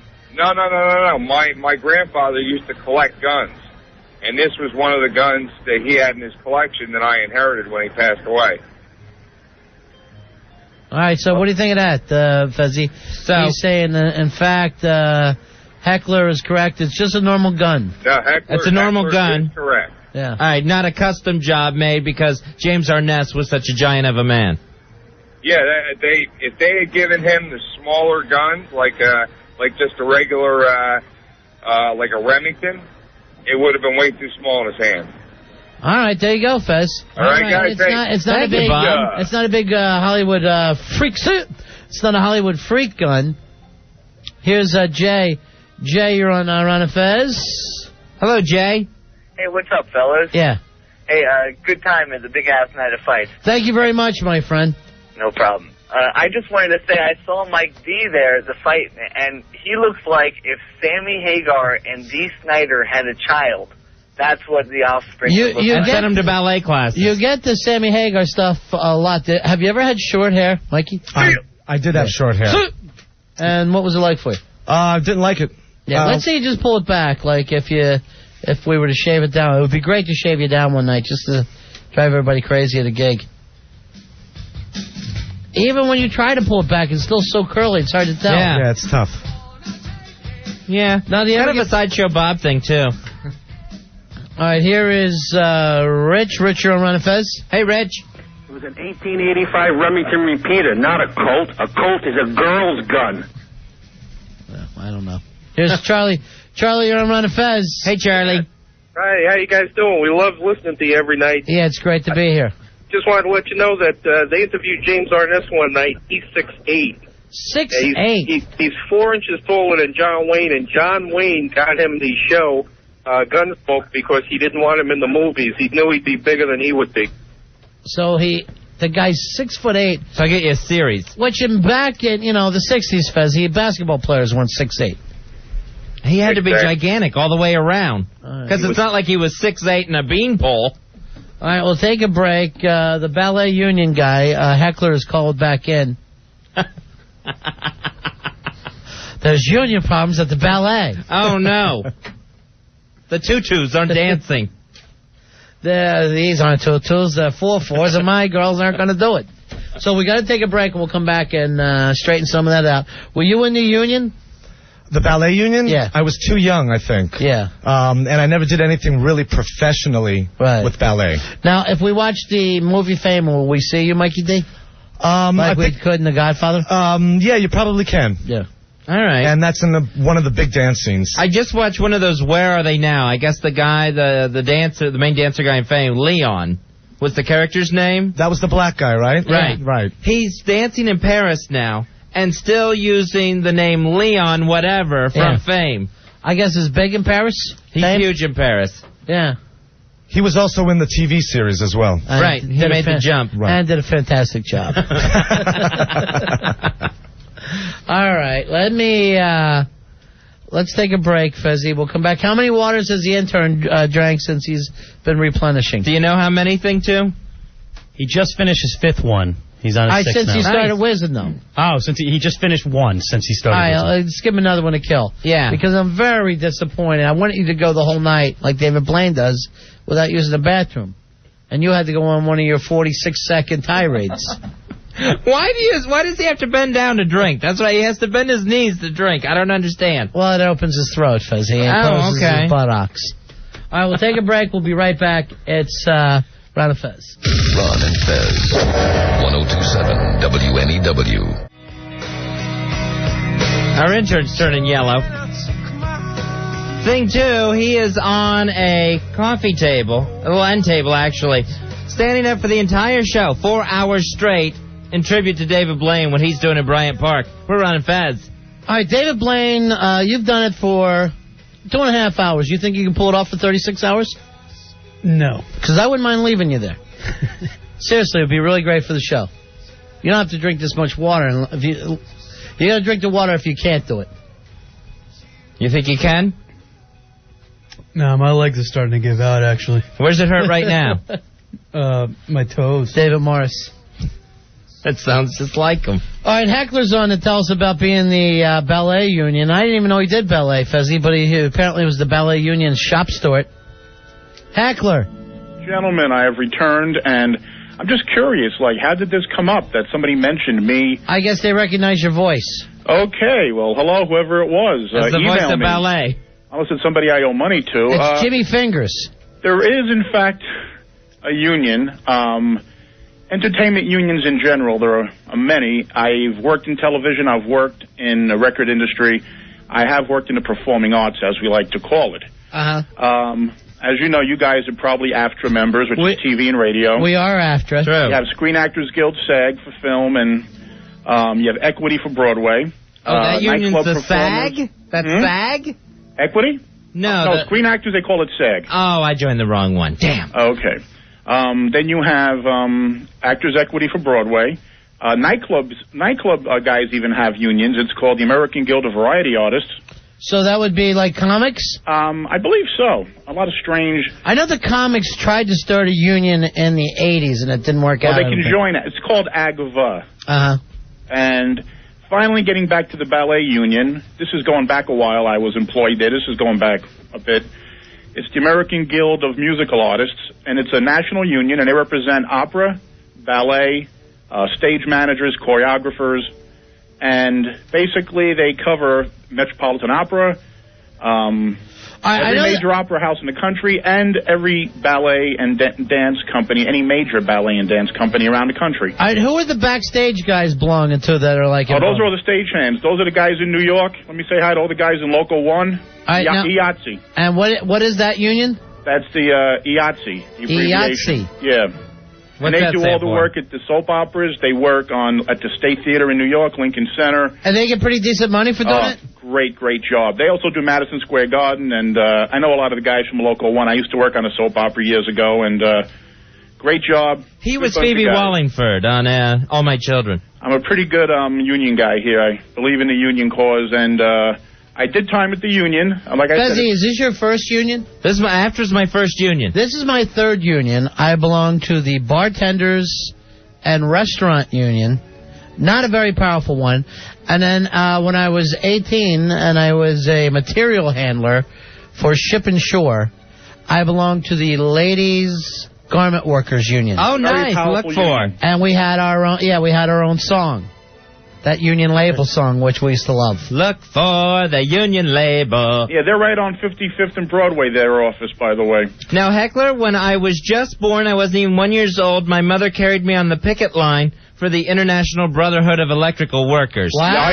The IBEW, very powerful union. That's right. She worked for General Telephone, and they were out there singing, "We say to hell with General Tel." That's funny. Oh, unions I are like usually, a good strike. Unions are usually pissed off at somebody. Boycott this, boycott Well, you know, they don't strike as much as when we were kids. The unions were pretty powerful back then. And now, other than the Northeast, are there even any unions anywhere, Heckler? Oh, definitely. Unions are all over the place. Are they still powerful, though? New York, well, they're losing their clout. Yeah. I think that basically there's still a lot of union people. But with the recent influx of a lot of illegal or undocumented people, there's a lot of cheap labor available. Yeah, and of course the same cheap labor that they're getting out of the Philippines. But then again, I mean, that's the guys that need to organize. Because a lot of these migrant people and migrant workers, they're the ones who do the jobs Americans don't want to do. They're the ones who pick the fruit. They're the ones out in the field. So, you know, it's sort of a very gray area. But in New York, it's a union town. You got the musicians union. You have a local 802. All right, powerful. Here's one. That IATSE union is great. If you get 5 6s, you get 50 points towards retirement. Nice. And that's fun. IATSE. What do you belong to, Mikey D, over the years? SAG. AFTRA. Yeah. Equity. The union, Local 802. Musicians Union. Now, I would love to have a SAG card because you get all that extra work, right? SAG is harder to get in, but basically, I know AFTRA is an open union. AGMA, the Ballet and Opera Union, is an open union. But the thing is, with SAG, Screen Actors Guild, it says you have to have a job to get in, but then you have to get in. I mean, it's very difficult. Oh, to get in, you have to have a job. To have a job, you have to have a card. Exactly. Now, Don't mind me tonight. It's the cold medicine. John says Fez joined the Film Actors Guild, and I'm not sure what that nickname. That was the wrong acronym. Yeah. Get Billy Staples in here. I'm sure he's not even known. I'm sure he's belonged to quite a few unions. Is Billy a member of AGMA? I've been in 3. That's a lot of unions to be in over a course. That really is. One, you get a discount when you join another. Like if you're a member of I didn't know Equity, that, son of a bitch. Oh, you could have gotten a discount. I could have brought out my AGMA Ladies Garment Workers Union thing. Play that card. If you're like say Pavarotti, you can you do films, you do television, so a lot of people are in all of them. A lot of Broadway people do opera. A lot of opera people do do when I was in the Broadway. bartending union, we struck so we didn't have to touch limes. And that was ugly. We caved. And limes. Well, that's when you didn't know what Lyme's disease was. Yes. It was different times. We weren't as informed then. Yeah. Well, now we know. Well, there's a great guy at the opera and ballet. He's a nice guy. He's one of my former bosses. I thought he was Tommy James. Tommy Jameson and the Shondells. Now, he does a great job. Basically, the unions of the ballet, they negotiate for pay scales, working conditions, things of that nature. All right, let's look for most bizarre unions. I probably lead it right now as a man being in the Ladies Garment Workers. Well, are you guys happy with your union? Our union? Love the union. Yeah, we have a good union. Well, that's what I'm saying. If you have any complaints, I mean, you have a basic agreement, and I'm sure you all have a copy of it. Well, and here's a weird deal. Al wouldn't join the union, right? But when he's knocked out the other night and they want to take him to the hospital, he didn't know whether he had insurance or not, and they wouldn't take him. Right. So they're just leaving him laying in the ambulance. In the back of the ambulance. And, in fact, one of the EMTs said to me, does he have insurance? And I go, he's got to be in the union. But he's not. And he's not. He's one of those guys. And there was a moan. No union. Al's thing was, he's afraid if he joined the union that he would never get into management. Not the fact that he's inept and never going to get into management. Well, let me tell you that doesn't seem Ronnie. to bother him. When I worked at a major TV network, and I dealt with the soap operas and some of the stuff in the studios, if during the taping a doorknob fell off a door, an actor could not pick it up. That's a prop guy. Well, I was told that about a radio in New York years ago, that you weren't allowed to adjust your own mic. You had to call in a guy who would come in, fix the mic for you.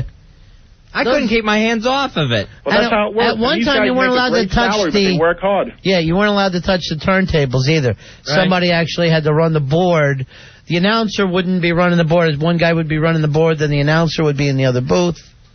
Billy, what unions have you belonged to? I've been involved in 3, too. I was in a AFL-CIO, the Service Employees Union. All right, that's a cool one. What job was that for? When I worked security at the Nassau Coliseum. Okay. For all the shows and hockey games and stuff. And then I was in the Teamsters. You're the guy that security should be called for. No, I was the one. Teamsters, that's a great Teamsters were great one. Local 813, private sanitation, very strong, very powerful. And now I'm in the Screen Actors Guild, SAG. All right, Billy, that's a big score. Billy, that really is. Yeah, Billy's been in more than me, but actually his is much more respectable. No. Than my bartenders union and also my ladies garment workers union. Guys, I got to tell you, for me to go work, I was working at a record label and I went to work in the opera and ballet business. It was pretty much an adjustment because you had to answer the phone, and I couldn't get on the phone and talk to the membership and say, "Oh, so you're going to be in an opera tonight? You're going to be in La Boheme?" I had to learn. It was an education, so I had to get down to, tonight's performance at the Met of Cavaliere Rusticano with Luciano Pavarotti. Did you start to enjoy the opera, though? Well, my mother's an opera singer, so I had a lot of knowledge. My mother's a soprano, and I learned a lot from a lot of the people, and, you can't get on the phone. Just picture a membership of Fraser and Niles Crane. Right, sure. That's what I had to deal with, and I couldn't be my wonderful Brooklyn self. I had to kind of tone it down and, oh, yes, you have to pay your dues. Sure. Certainly. Oh, yes. And instead of saying, hey, pay your dues or break your kneecaps, like a real union should. You're not, and you're saying to the guy, the stage manager, hey, maybe the fat lady won't be singing tonight. I ain't going to say nothing about it. All right, thank you, Heckler. Guys, that's the clarification. And Mikey D, I got one thing to say to you. What's that, Heck? Jeté. Jeté, yes. What's that mean? Plié. What's that, Mikey? It's a ballet move. Ballet terms are yelling at each other. I hate these ballet wars that break out on the show constantly. I'm starting to get a ballet ache. Hey, what? Ballet ache. Yeah, okay. So that's the joke. Thank you, tell me. All right, Dave, you're on Ron and Fez. Hello, Dave. Hey, guys, how you doing? Yeah. In California, I was a member of the Baristas Union, just a bunch of coffee guys. Now, what would you do? You would make coffee? Yeah, it pretty much like small chains like Starbucks and stuff, but we were all unionized. I'd never heard of that. Coffee workers. So it's guys who make coffee. And serve it.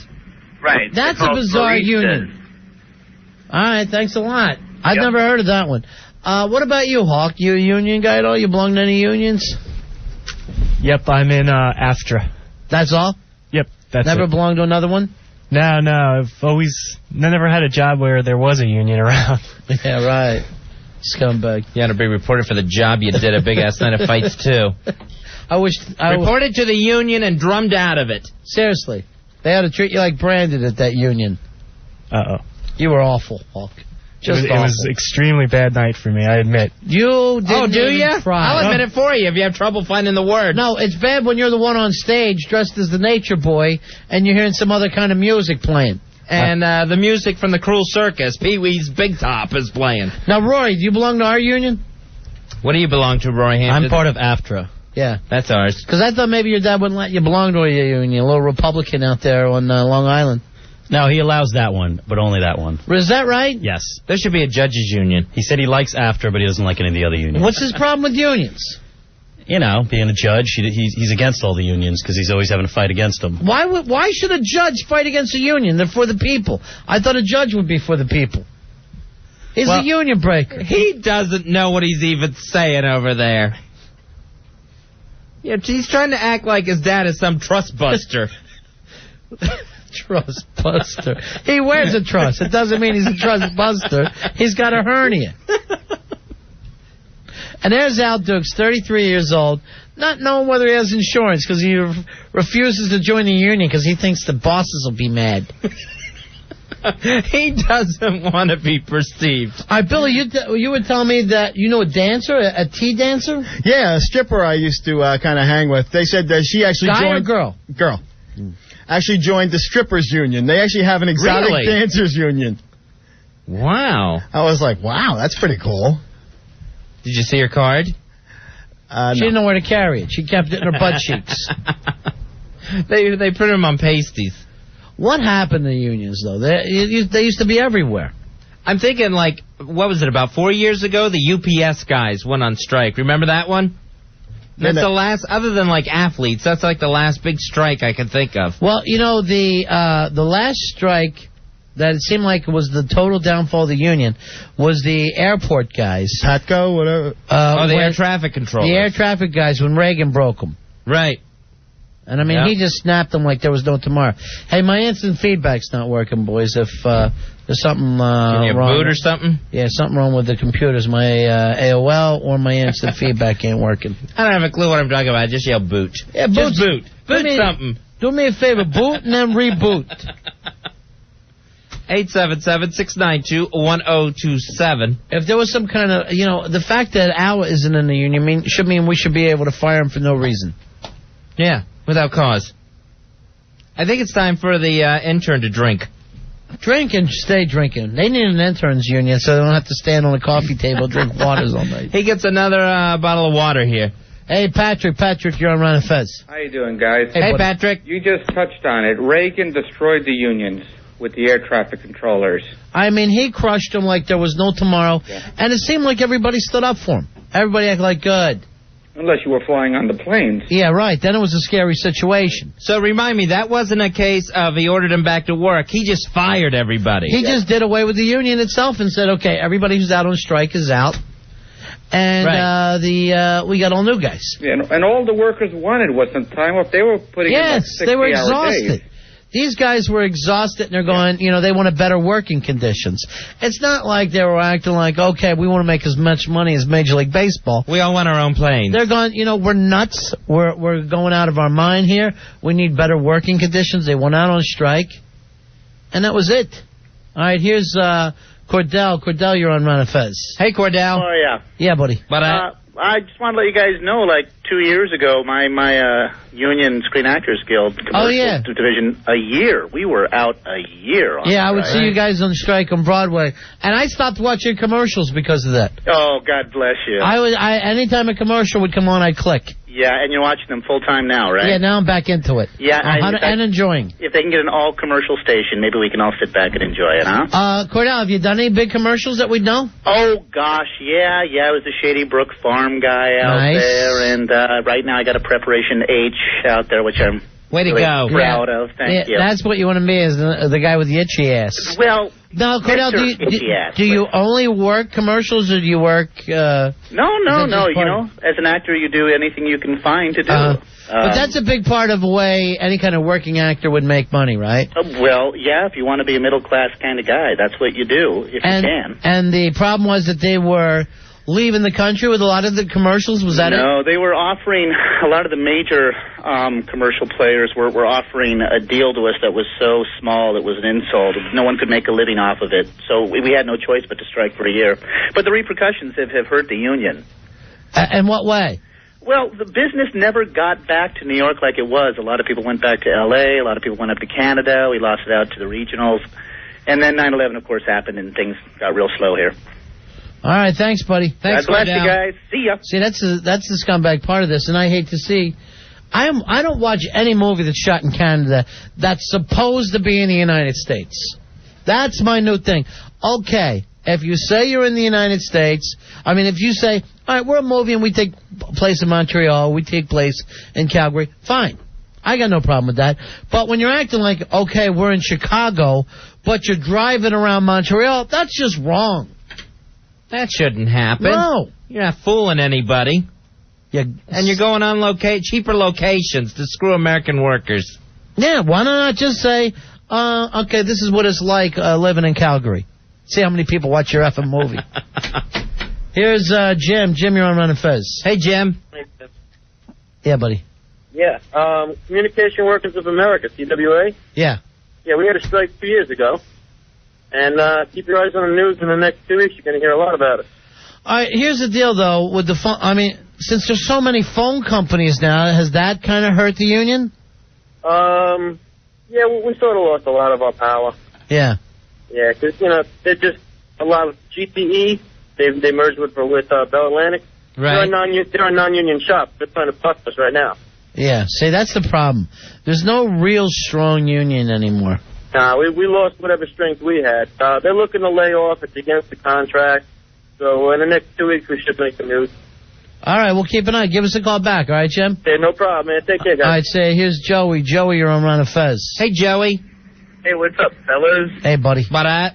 Hey, about 2 years ago, the Drakes and the Hostess delivery drivers struck. There wasn't a yodel to be found. That almost killed me. That was when Billy got stapled. He didn't get so much stapled to lose weight. He got stapled to stop his hunger. I remember last year, the doormen were talking about going on strike. That seemed to come close. This is on the instant feedback. What about that union with Ken Shamrock, Mankind, Test, and Big Show? The union. WWF union. All right, Billy's saying he has a question. Come on in here. Staples! Now! Yeah, it was this whole Major League Baseball thing. They're talking about another lockout coming up. Right. So what's actually the difference between a strike and the lockout? All right, the lockout is when the owners keep you well. Yeah, they don't let you come into work. Oh. No, I never... I always heard them talking about it. You would love to be in one of those, wouldn't you? If we just locked the door and said, sorry, Billy, you can't come in here and do your job all lousy. So that's a lockout, when the management is behind keeping your ass out. All right, May 30th at 12 noon is where our meeting's going to be with our union, for any of you guys that want to go to it and find out what you're supposed to be getting. They're having a little lunch for us down the street. Oh, nice. All right, you in for that, Roy? Yes, I definitely am. All right, remind us about that, and then we'll take Billy and Al and Wonder Boy and all the other guys. And they can learn all about the union. Okay. Because there's a whole new contract coming up here at the station. Yeah, we're going to start getting hard on them. Nice. We're going to start getting some of the things we want around here. Not standing on tape. Can you imagine? Who's our shop steward? Do we know? It's Earl. Earl. Who do you think? Earl is our shop steward. He's also our company fire marshal. He's the public affairs director.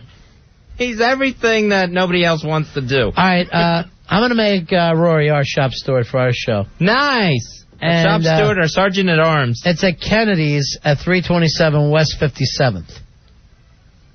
All right, we're going. And that's the 30th. Yeah. All right. That doesn't count as the dinner either, Fez. Yes, it does. It counts as the dinner I owe you. What's wrong with that? That's a nice union lunch.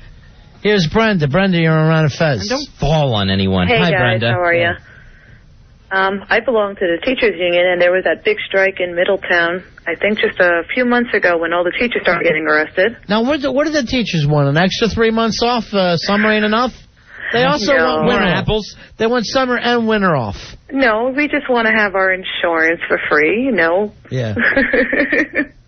I don't know what else we want. I don't really pay attention to it too much. All right, look, here comes our shop steward. There he is. The shop steward. You are the shop steward. You said it yesterday. I said I was the quasi shop steward because I've been here the longest, but I never took the title. Never. You won the title at Big Ass Night of Fights too.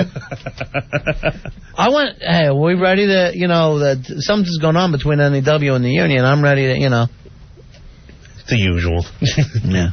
But seriously. What, you going to strike? No, please. How would they know? If this place went on strike.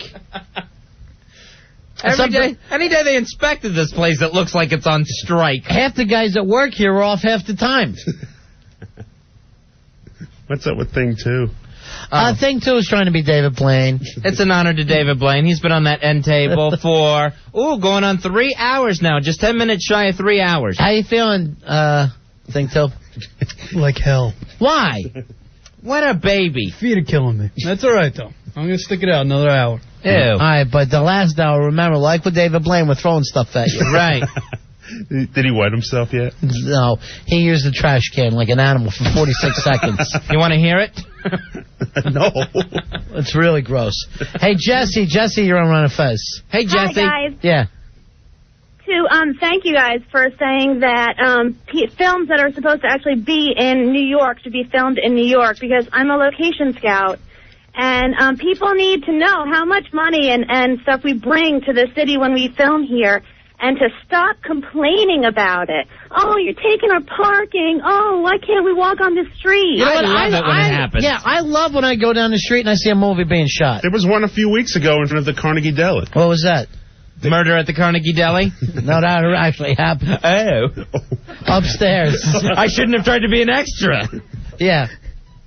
I just think that, people need to realize what an important part of the New York community filming in the city is. What's your job like, Jesse, as a film location scout?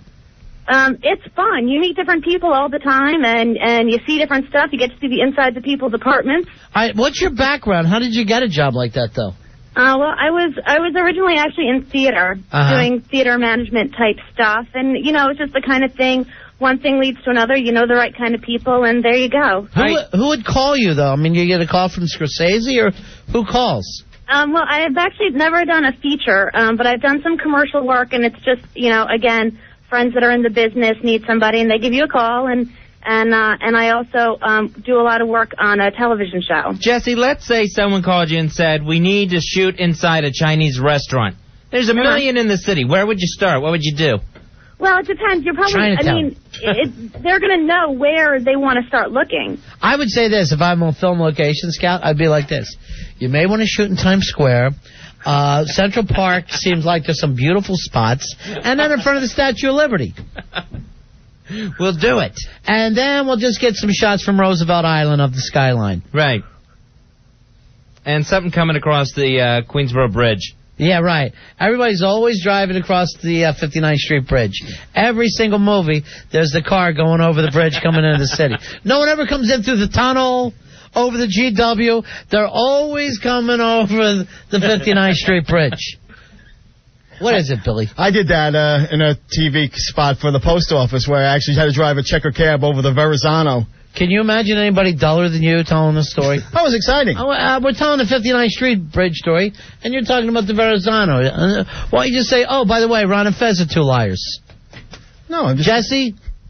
Yes. All right, thank you very much, because if we could get behind this, any movie that acts like they're shot in New York or America, and they're in Canada, we won't watch. Absolutely. All right, Jesse. Thank you guys. Love you guys. Jesse, if this ever comes up, if a movie's coming out where they're doing it, call us and let us know, all right? I will. All right, and we'll shut it down. We'll start the backlash. Yeah, we'll backlash that son of a bitch. All right. Hear that? There's the backlash. You were out earlier, so we sent Billy down to see David Blaine and to talk to him. I heard this. I was sitting at my desk. All right, listen to this fight. You'll enjoy this fight. This is Billy attempting to talk to David Blaine when, according to Billy, David Blaine's goons. You said the police department treated you nice. Police were nice in the beginning, especially when they had requested things they wanted me to yell in the megaphone. Right. Then it felt like we were home free. Oh, yeah. I had clear sailing. And then when they were walking me out, they were going, you weren't really very nice. Who was saying this, the cops? Yeah, one of the cops and stuff. Oh, they're heroes. I was like, I'm not the one who started coming up and cursing. Billy, they're heroes. I can't believe you're attacking the NYPD. These are rent-a-cops. All right, so don't call them cops then. These are just... then they're security. Security. Security guards. They're in your same union, probably. Yeah, right. Gee whiz. All right, so this is Billy going at it with David Blaine's people. We had just asked him to say something, and then it went all horribly wrong. Yeah. Now, I want you to take that thing... What's your problem? They just told me to stop, and I stopped. They asked me to stop, and I stopped. Yeah. All right, well, thanks for your opinion. Tell them that we're on the air right now. Yeah. Well, we're on the air. Thank you for that. I appreciate that. What's your problem? Who you calling a fat ass? Who you calling a fat ass, Dick? What's your name? My name's Rich. Rich? You got a problem? Yeah, I got So it's been taken care of. Go take a walk. You're so important. What the hell are you doing out here, loser? Get the hell out of here. Is this Get the hell out of here. that boy. Okay, you're a tough guy? You're a tough guy? Guido looking prick? Yeah, Guido prick. Huh? All right. Wait. Now, Billy... I got some loser here trying to tell me he's connected with him. This Guido looking asshole. You know you can't say that, idiot. Billy, Yeah, good. I got laminates too, Dick. all right, Billy, you're on the air here. All right, I'm sorry. I'm back. All right, Billy, do you think that's somebody from David Blaine's thing? Yeah, I got laminates from a concert too. He's showing me laminates, He's like coming up here like saying you can't do this, the guy can hurt himself. Will you shut the hell up already? Shut the hell up. We're in the same class. Yeah, you did a good job. Thank you. Now disappear into the background. All right.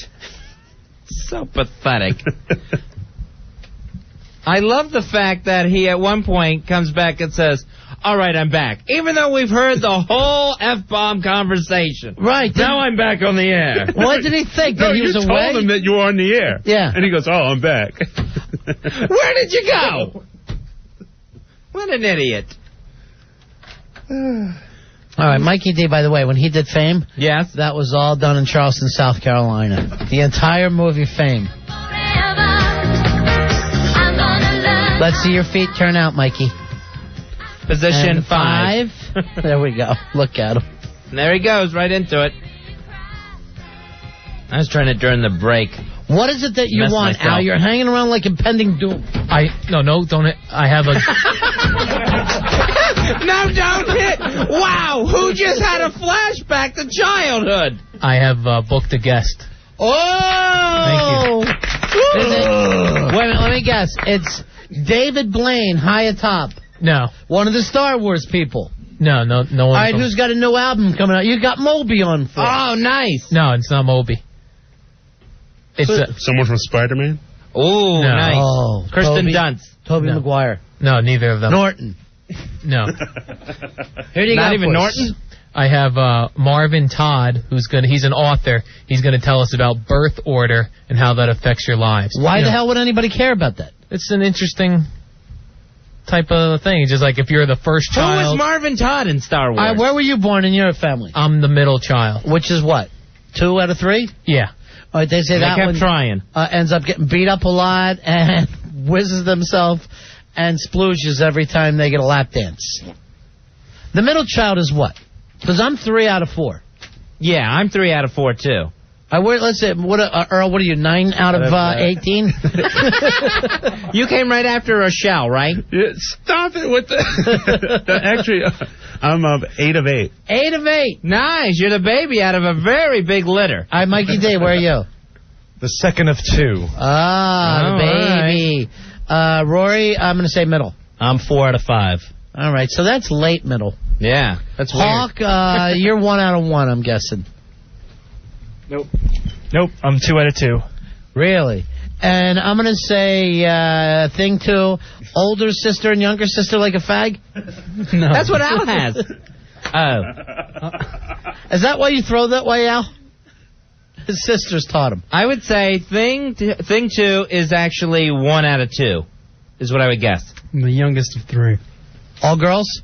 No, older brother, older sister. And what year were you on St. What year were you on St. Elsewhere? Listen to that David Morris voice. You're driving me nuts. 86 through 88, he was on St. Elsewhere. When did you do Contact? All right, why the hell do we want to talk to this guy? No, it's just kind of it's already bringing up a nice discussion about it. It's a crappy discussion. It's stupid. It was a chance for us to call you gay again. Hey, Wally, the cue card guy here. Saturday Night Live's over, and he wants to be our friend again. Oh, nice. Someone must have the summer off. I don't know what to do. I guess I'll go see Ron and Fez. I got a fever, and the only prescription is more cowbell. I gotta have more cowbell. I could have used a little more cowbell. All right, when we come back, one of Al's bad guests. Let's hope he gets some interesting phone calls. 877-692-1027. Ron and Fez. Ron and Fez. 1027 WNEW. We're Ron and Fez. It is the Ron and Fez show. Fezzy, Wally, the cue card guy from Saturday Night Live, has just stopped by. Hey, Wally. Wally dropped off a demo tape for our boss, Jeremy Coleman, for an idea for a show that you have. And who was on your demo tape? Will Ferrell and Jimmy Fallon. Great. Nice guess. Yeah, that is nice. I couldn't get in my real friends, so... You know, I saw Jimmy Fallon at that show in the park that they did for the Tribeca Film Festival. We killed. He was funny? Yeah, he did well. He's a good guy. We've got a guest coming up right now. It's Marvin Todd, Fez. Okay. And he has a book out called Linked for Life, How Siblings Affect Our Lives. And Al was telling me it has something to do with where you're born in the family. You are 3 out of 4. I am number 3 out of 4 kids. And so am I. I'm 3 out of 4. There must be something there. Is there? And we're both born on the 31st of the month. Well, I don't know if he gets into all that. But we've got Marvin Todd on the line. How you doing, Marvin? Doing very well. Good. Out here in California, it's nice and cool. What part of California? Sacramento, Northern California, where the Sacramento Kings are. Oh, where the Sacramento Kings are, Fez. You remember you were asking me where the Sacramento Kings are from? Yeah, I said, Ronnie, where are the Sacramento Kings? So, Marvin, it's Sacramento? Is that where they're... That's right. They beat the Lakers last evening. Uh-huh. Right. Great. All right, now, does it matter where we are born in our families that change the way we live our lives? Sure, it certainly can. We all have a birth position, the birth order, and there's oldest and youngest and only children and multiple births, and there are characteristics. You both are the third born of 4? Third of 4. Yes. Yeah, brothers, sisters? I have older sister, then a brother, then me, then a younger sister. Okay. I have 2 brothers and a sister. Okay. I would say, in your case, 2 sisters. I've met them. You have a sister. So, yeah, it does Is that have a bad impact. thing? Obi-Wan was wise to hide her from me. Marvin, is that a bad thing? What's that? 3 out of 4? No, not at all. Yeah, okay, good. Now, Earl is here. He's 8 out of 8. Wow.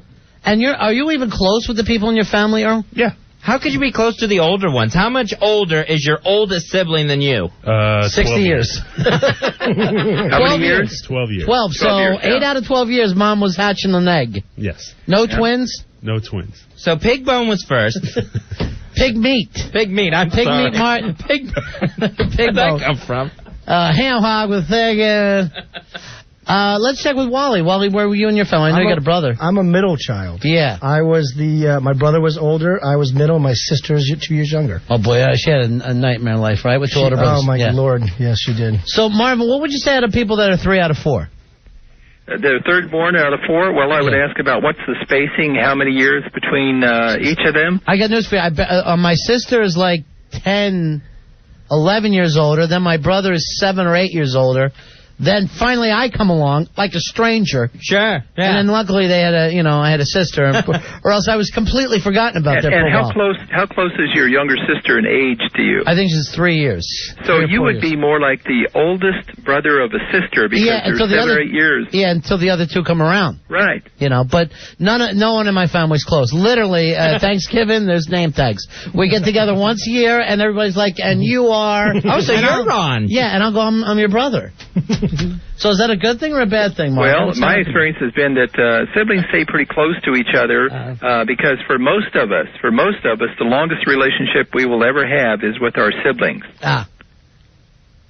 And I noticed this, like sisters will hang together forever. Yes. They are thicker than thieves. Brothers tend to be the ones that travel off and do all kinds of weird things and occasionally stop back and have fist fights. That's right. That's how come we're better off later in life if we have sisters, because sisters tend to stay more in contact with each other than brothers do with brothers and sisters. I think after my parents go, I doubt if I'll speak to any of them That's again. how I feel about my family. I mean, that's just done. That's the common bond right now. And it's not that I hate them. I just barely know them and feel like I have nothing in common.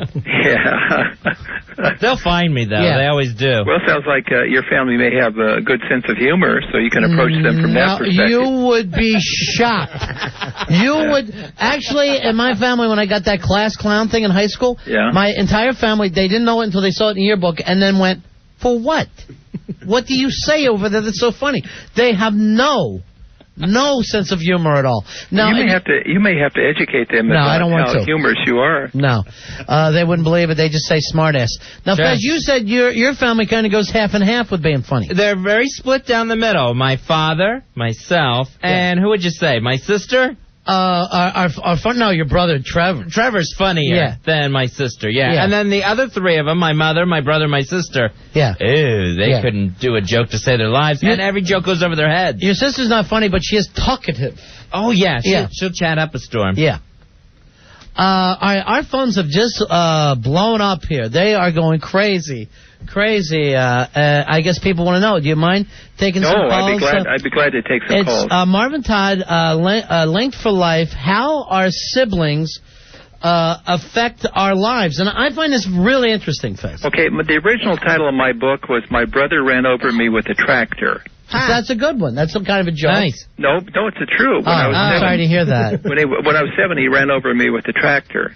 Okay, now, Marvin, where can everyone get your book? At Barnes & Noble and Borders and Amazon.com. All right, I'm going to leave now and get one. Okay. Because I'm so interested. All right. I think they're closed. You'll enjoy the reading. Marvin Todd, and it's how our siblings affect our lives. Right. Here is Iris. Iris is on the phone with us. Hi, Iris. Hello, Iris? Iris? We're going to check that line to make sure. We're going to check the line for Iris. All right. We are having trouble with our phones. We are having trouble with our phones, Fezzy. Oh, okay. But we are, this book is so good. I know people...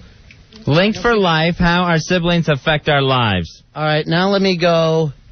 Iris, you're on Ron and Fez. Are you there, Iris? Hello, this is Iris calling. Hello, Iris. You're on with Marvin, Todd, Arthur. Can you hear me? I've been saying the words. We're sorry we had some phone troubles, Iris. I am calling from Bay Ridge, Brooklyn, to talk to Barry Todd about the book. Marvin Todd, yes. Go ahead. What's your question? Hello, Doctor. Hello. Now, I am the youngest. Oh, you're youngest. Okay. I am the youngest of 6. Oh, that's a big family. Well, the first 5 were stillborn. Oh, okay. Not so big. All gone. Really? And I was wondering, am I the oldest or the luckiest? Well, a little of both, and also you'd have only child characteristics because all your siblings died. Well, yes, they did, but I had a lot of neighbors. Yes. And sometimes I would call them either mama or what have you. Oh, okay. So can neighbors... And I got their old clothes. My older siblings, I got their old clothes. I see. And I still keep them all these years later. And they were stillborn. They couldn't be very big.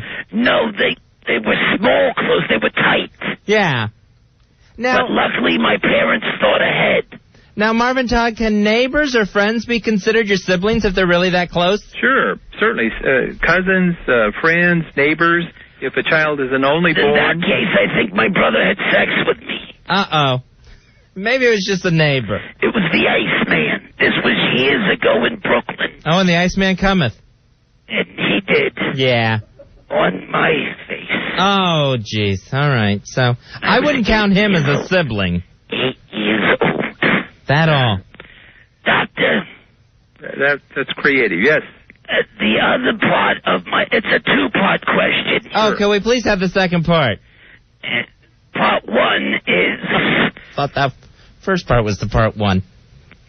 What is the name of the book? And part 2 is something I heard you say about the Sacramento Kings. Yes. And is that a problem? No, not at all. And why? The name of my book is Linked for Life. Right. Linked. It's like by Lancelot, Link the monkey. It's from Citadel Press from New York City, Kensington publication. Okay, let me write that down. Okay. K. Are you writing it down? That's you got all that? I got is K. I'm just going to put OK for good book. All right. Link for Life, yes. Link for Life. Yeah. Well, you're doing wonderful. And finally, after all these years, I think it's okay to have stillborn siblings. And we still name them. And sometimes, late at night, I could swear they're teasing me. Really? So I thank you, Doctor. You're welcome. Thank you. Thank you for the call. Thank you for calling. All right, that's Marvin Todd's book, Fez, and it is Linked for Life. Let's keep taking some questions. Here is Jan. Jan, you're on Ron and Fez. How are you? Hello, Doctor. Hi, Jan. My name's Jan B. And I was wondering, I'm actually a middle child. A middle child. Now, sisters, brothers, what do you have? I'm in the middle of my 2 sisters. And then what happened was, my mother married this guy who had 3 boys. So I really can't tell if I'm the middle of 3 sisters or just 4th out of 6 kids.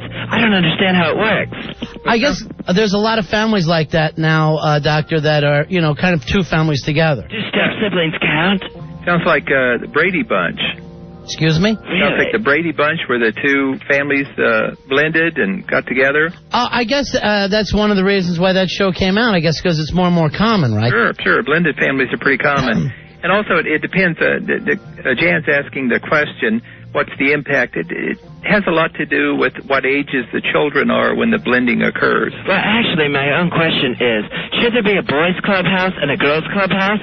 Separate clubhouses? Or should we be able to share one? You know, share and share alike. Well, I don't know. What would you prefer? Yeah, what would you prefer, Jan? I would prefer the fact that the boys should stay out of our clubhouse. I think I'd like it that way. I think you're just lucky that your siblings are alive. I know, it could be worse. They could be stillborn, Iris. Yes. All right, so that's interesting, Doctor, the fact that you're saying that even though these it's a step siblings, it's still the same as a family. Sure it is. I have another question. We have a whole lot of trading stamps that we have to use. Right. And the boys want a rowboat, and we girls want a sewing machine. What do you think we should do? Buy a rowboat with a sewing machine. What if you did this? Instead of getting a rowboat or a sewing machine, why not just get a TV set? I got a TV set that we could all watch? Yeah. That sounds great. Thank you, Dr. Todd. Only whose room would it go in? Oh, no. Greg would probably want it in the attic, knowing him. All right, thank you very much, Jan. You've been able to help me so much. Thank you. Because I'm in the middle. And sometimes when you're in the middle, it's like being invisible. It can be that way, yes. Yeah. Do you find that the middle child is the most difficult? No, actually, middle kids tend to be good mediators and more creative people. So they watch the olders to see how the olders do, and they work things out. I would have killed for a middle child. Any child that was alive, huh, Iris? Any child that was alive. You know what? Then we ended up taking in our cousin Oliver. All right, we'll get to. Thank you very much, Jen. But we can't get into cousins now. Let's keep taking calls. It's Marvin Todd, and it's called Link for Life, How Siblings Affect Our Lives. Here is Kenny. Kenny Allen, you're on Ron and Fez. You want to pretend that we're all siblings, right? But we're also robots. Robots? And I'm the oldest robot, and since that I'm the leader, I have X-ray vision, and I'm a super powerful robot. And you guys are also robots, but you're not that good. Just pretend, not in real life. I have the feeling we're talking to an only child here. Seems like it. Well, let's just pretend that I have a whole bunch of siblings. But they're robot siblings. Are we all robots or just siblings? No! You guys can't. I am the greatest robot. You guys can't be good robots. One time my brother Peter built a volcano. I don't think he could build a robot, though. What was that sound? I think that was Kenny. I have a question. Sure. Go ahead. You're on with Marvin Todd. What do you think would win, a robot alligator or a robot bear? I would say the alligator because of the robot jewels. Are they in the water or in the woods? There's woods, but there's also water. Is the alligator on its back? And is the bear on its haunches? And why? I don't know. Yeah, that would be my answer. I don't know either. One time on a camping trip, we fooled my brothers by making them think there was a bear outside their tent. It wasn't a robot bear. It was just a hand puppet and a flashlight. One time I went to Atlantic City with my sisters and they were in Jaws. Really? You saw them in an exhibit, Iris? Formaldehyde. Wow. That's your maiden name. What if it was a cyborg bear? All right, let's take one more call. It's Marvin Todd, and it's Link for Life, How Siblings Affect Our Lives. Andre, you're on Ron and Fez. Hello, this is Andre. Hello, Andre. I am an only child. Due to the fact that I am a large person and ruined my mother's birth canal during labor. I'm 7'4", 560 pounds, from Grenoble, France. All right, at the point where you're going to have somebody who's so much larger like that, a larger child, somebody who's 6'8", 6'9".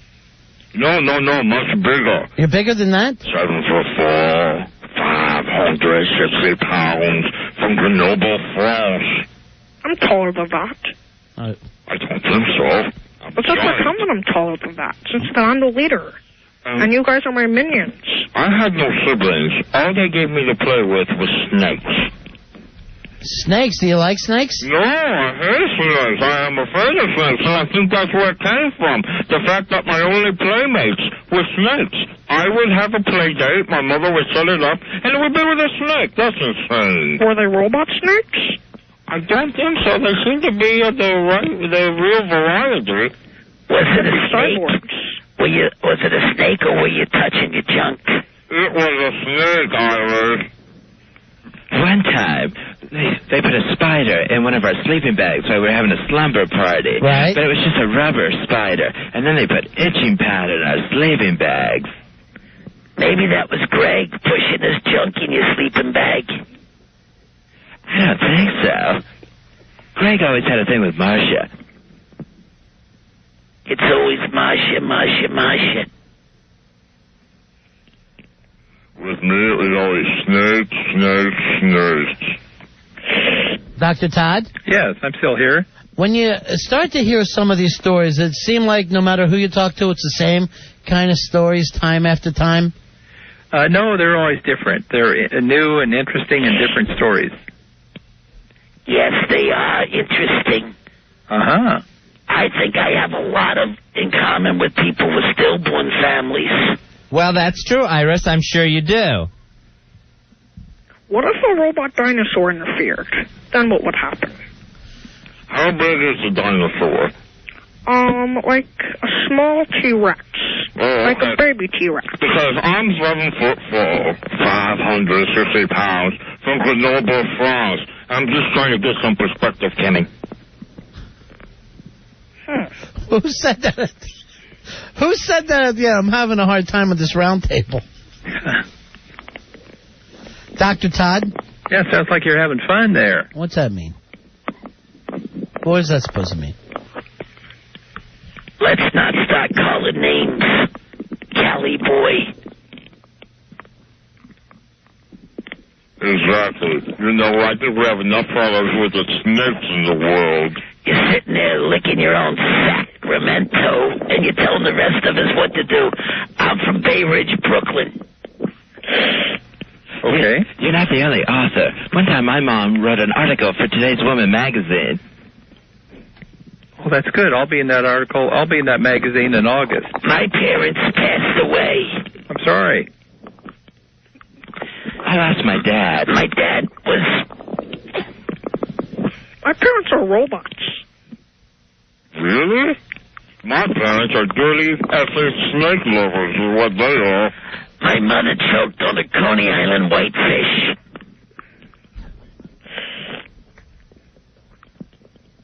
I always felt our housekeeper was more of a mother to us. She's the one who cooked and cleaned and took care of us. Dr. Todd. Yeah, I'm still here. What were you born? Where were you in correlation with the rest of the family? What's your birth order? I'm third born of 6. And I was born in Northern California. Like Marcia. Marcia. Everything's always about Marcia. In my family, it was always Martian. I am not a retard. That explains a lot. Who was that? That was my pretend sister, Martian. Is she a robot sister? That could be. All right, the name of the book is Linked for Life, How Siblings Affect Our Lives. And you'll be able to find out if you've got anything in common with people like Kenny Allen or Andre or...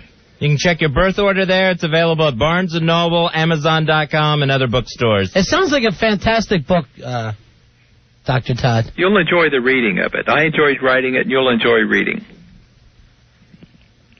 I never learned to read. What about my question? What was your question again, Kenny? Who would win in a fight? A robot bear or a robot alligator? I think the best way to decide it is to put them in a driving contest where they have to come closest to a cone with an egg on it. And whoever knocks the egg off loses and has to do the other one's chores for a whole month. I wish you were stillborn. Is it too late? Why pick on her?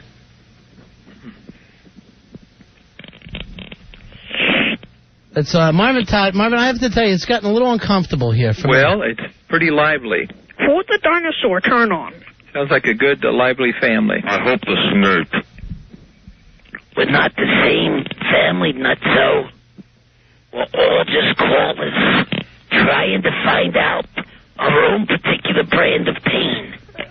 I'm glad you called. Do you think a black afro wig would make me stand out from my siblings?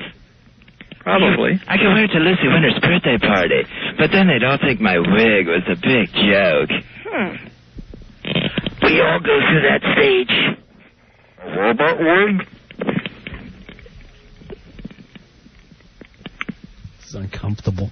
Seriously, it's very uncomfortable for me now. The book is Linked for Life, How Our Siblings Affect Our Lives. Wasn't Link on Mod Squad? And he had a black afro wig. And he seemed to be doing okay. He was the oldest of 3 with 2 white siblings. It worked for him. I didn't ever watch that program. All right, it's Marvin Todd. The name of the book is Robot Alligators, Bears, and Snakes. And it's Link for Life, How Siblings Affect Our Life. Thank you very much for being on tonight. Thank you too. Todd. All right. Ron and Fez, I enjoyed it. You so did we. Go Kings. Okay. All right. Good night now. Bye-bye, Toddy. Bye-bye. Nobody ever answers my question. Oh, Raffle, I took the bear. We'll be right back. It's the Ron and Fez Show. Ron and Fez.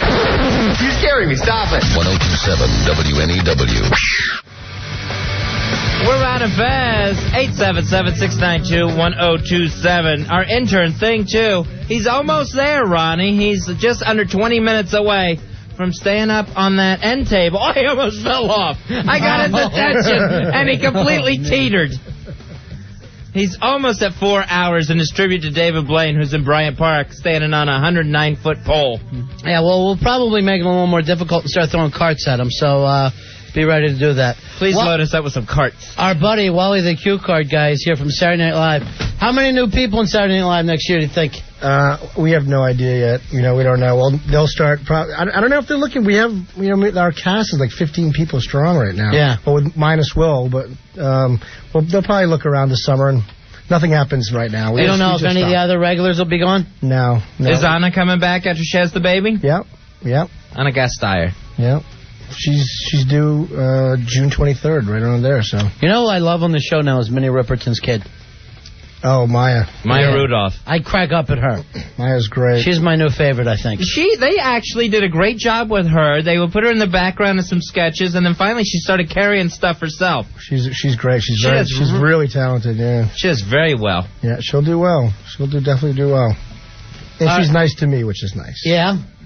Who's not nice to you? So that means someone's nice. not nice. No. They're all nice. When they're not, you ought to do their stuff in pencil. I put it in white. Hey, when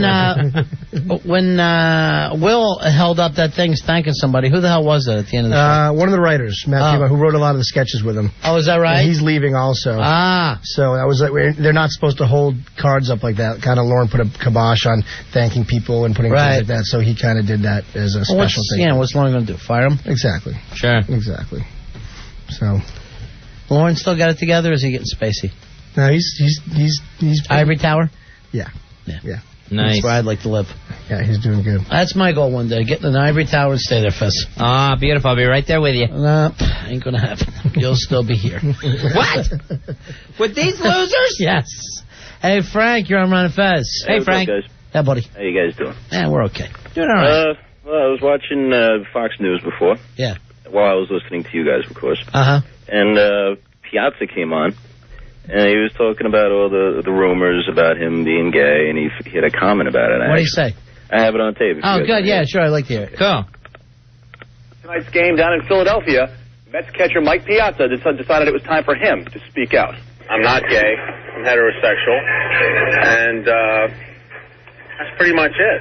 And I guess that's the price you pay sometimes of being a public figure. I mean, these things come up, and rumors obviously get started, but obviously I deny those rumors. I mean, I don't know how they got started. I don't know why, or I don't know how or where, but obviously, these things do not apply to me at all. I completely believe him, Frank, but nothing sounds gayer than saying I'm not gay. Well, that's the whole thing with Richard Gere. Never said I never had a gerbil lodged in me. No matter how you handle that, it sounds too defensive. Sure. Not only that, he's like, I don't know how it got started, this, that. Maybe it was the frosting of the hair. Yeah, I don't know. I think it even started before that. I think it's because he gets hot chicks. Yeah, maybe. Then he added, he's like, I'm not gay, but, he's like, Al Dukes is, though. Yeah. Yeah. All right, thanks, man. Thanks, man. I would have loved to heard that part of the conversation. Right. Mike, you know Richard Gere, right? Yes, I do. Gay or straight? If you had to guess. I would say both. Really? Wow. I think he likes both. How about you, both? Me? Yeah. No. Okay. I heard Trying to catch him there, right? Yeah, right. Just slip him up, he's always telling us about Broadway and ballet. And Ken Berry posters in his office. He's going, let me see Thing 2 go again. Thing 2, you think you can beat your first time in the can? Yeah, I think so. All right, let's go with it. All right. Last time he went 46 seconds. He's been All right, hold on until we give you the sign, okay? He's been standing here drinking as many waters as he can on top of a table. All right, are you ready, Thing 2?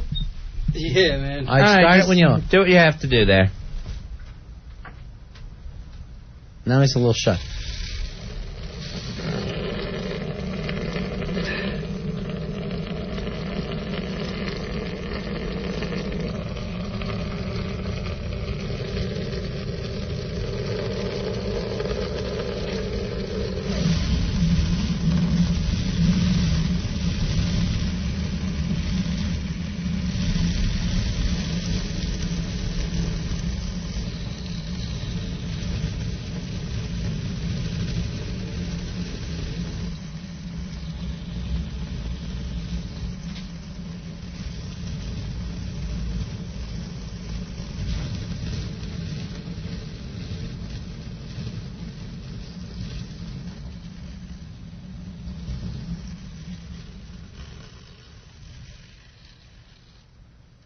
All right, I clocked that at 52. Fezzy, I think there was even a little more than taking it 53 or 54. We ought to keep going with you until you can beat 60 seconds. So you can make it a whole minute. Yeah. How long do you think you would have to hold it to go for a whole minute? 2 days? Because we're willing to invest the time. And water. About an hour and a half, so 2 hours. All right, we'll try it again later this week. All right? But 52 seconds is definitely your longest. Hey, Tom, you're on Run of Fez. Hey, Tom. Hey, what's going on, guys? Yeah. I want to thank you a lot. Now I'm stuck in my car and I got to go to the bathroom. I know. The last time this happened, went to a commercial break, there was a line at the restroom. All right, thanks, See ya. Tom. You all right there? You're giggling like a girl. You're making me nervous, Thing 2. All right, let go of that mic. Yeah. That was pretty impressive, though. I got to say, I had to pee for an insurance test recently, for an insurance medical test. Yeah. It took me an hour to. Really? You were shy? Yeah. Really? Yeah. Just to get in the cup? I was in my own house too, my own bathroom. Really? Couldn't go. That's impressive. I'm impressed. All right, that's Wally. We're trying to get him a show here on the air, and you put together a demo tape with you and who else? Will Ferrell and Jimmy Fallon. Yeah, we sat around for an hour today and talked about stuff and joked around, and they were great. Maybe we ought to try to play it for him on the air one day, too. We'll just take an hour out of our show and put it on, and we'll do the breaks for you. Throw it out and see what people think of it. Yeah. Did you already give it to Jeremy Coleman, or are you dropping that off? No, I did it today, so I want to listen to it, Yeah, listen to it. times, make sure I do have it, but yeah. Best of luck with that, though. You're a good man, guys. Wally. Thank you very much. Appreciate it. We're heading out now. David Blaine, I think, is on TV tonight on your other show, right, with Carson Daly? He is. It's pretty amazing. He pulls his heart out, someone said? Yeah, it was pretty, I got to tell you. There was an article in the paper how a couple girls ran out of the audience. Yeah. No girls ran out, but one guy did run out scared to hell. He ran out and just ran out of the audience. Was it Carson? It wasn't Carson. Carson looked pretty stunned. Watch Carson's face. He's pretty stunned. All right, I'm going to TiVo that tonight because it's David Blaine. it's pretty amazing. What time's that on, Wally? That's on 1:35 a.m. tonight. All right, we got to get heading out of here. We are done. Thank you so much, Wally. No problem. Be back tomorrow. Yankees win. Nice. 4-1 over Toronto. We're running Fez. We'll be back tomorrow, right after Opie and Anthony at 7 o'clock. See ya.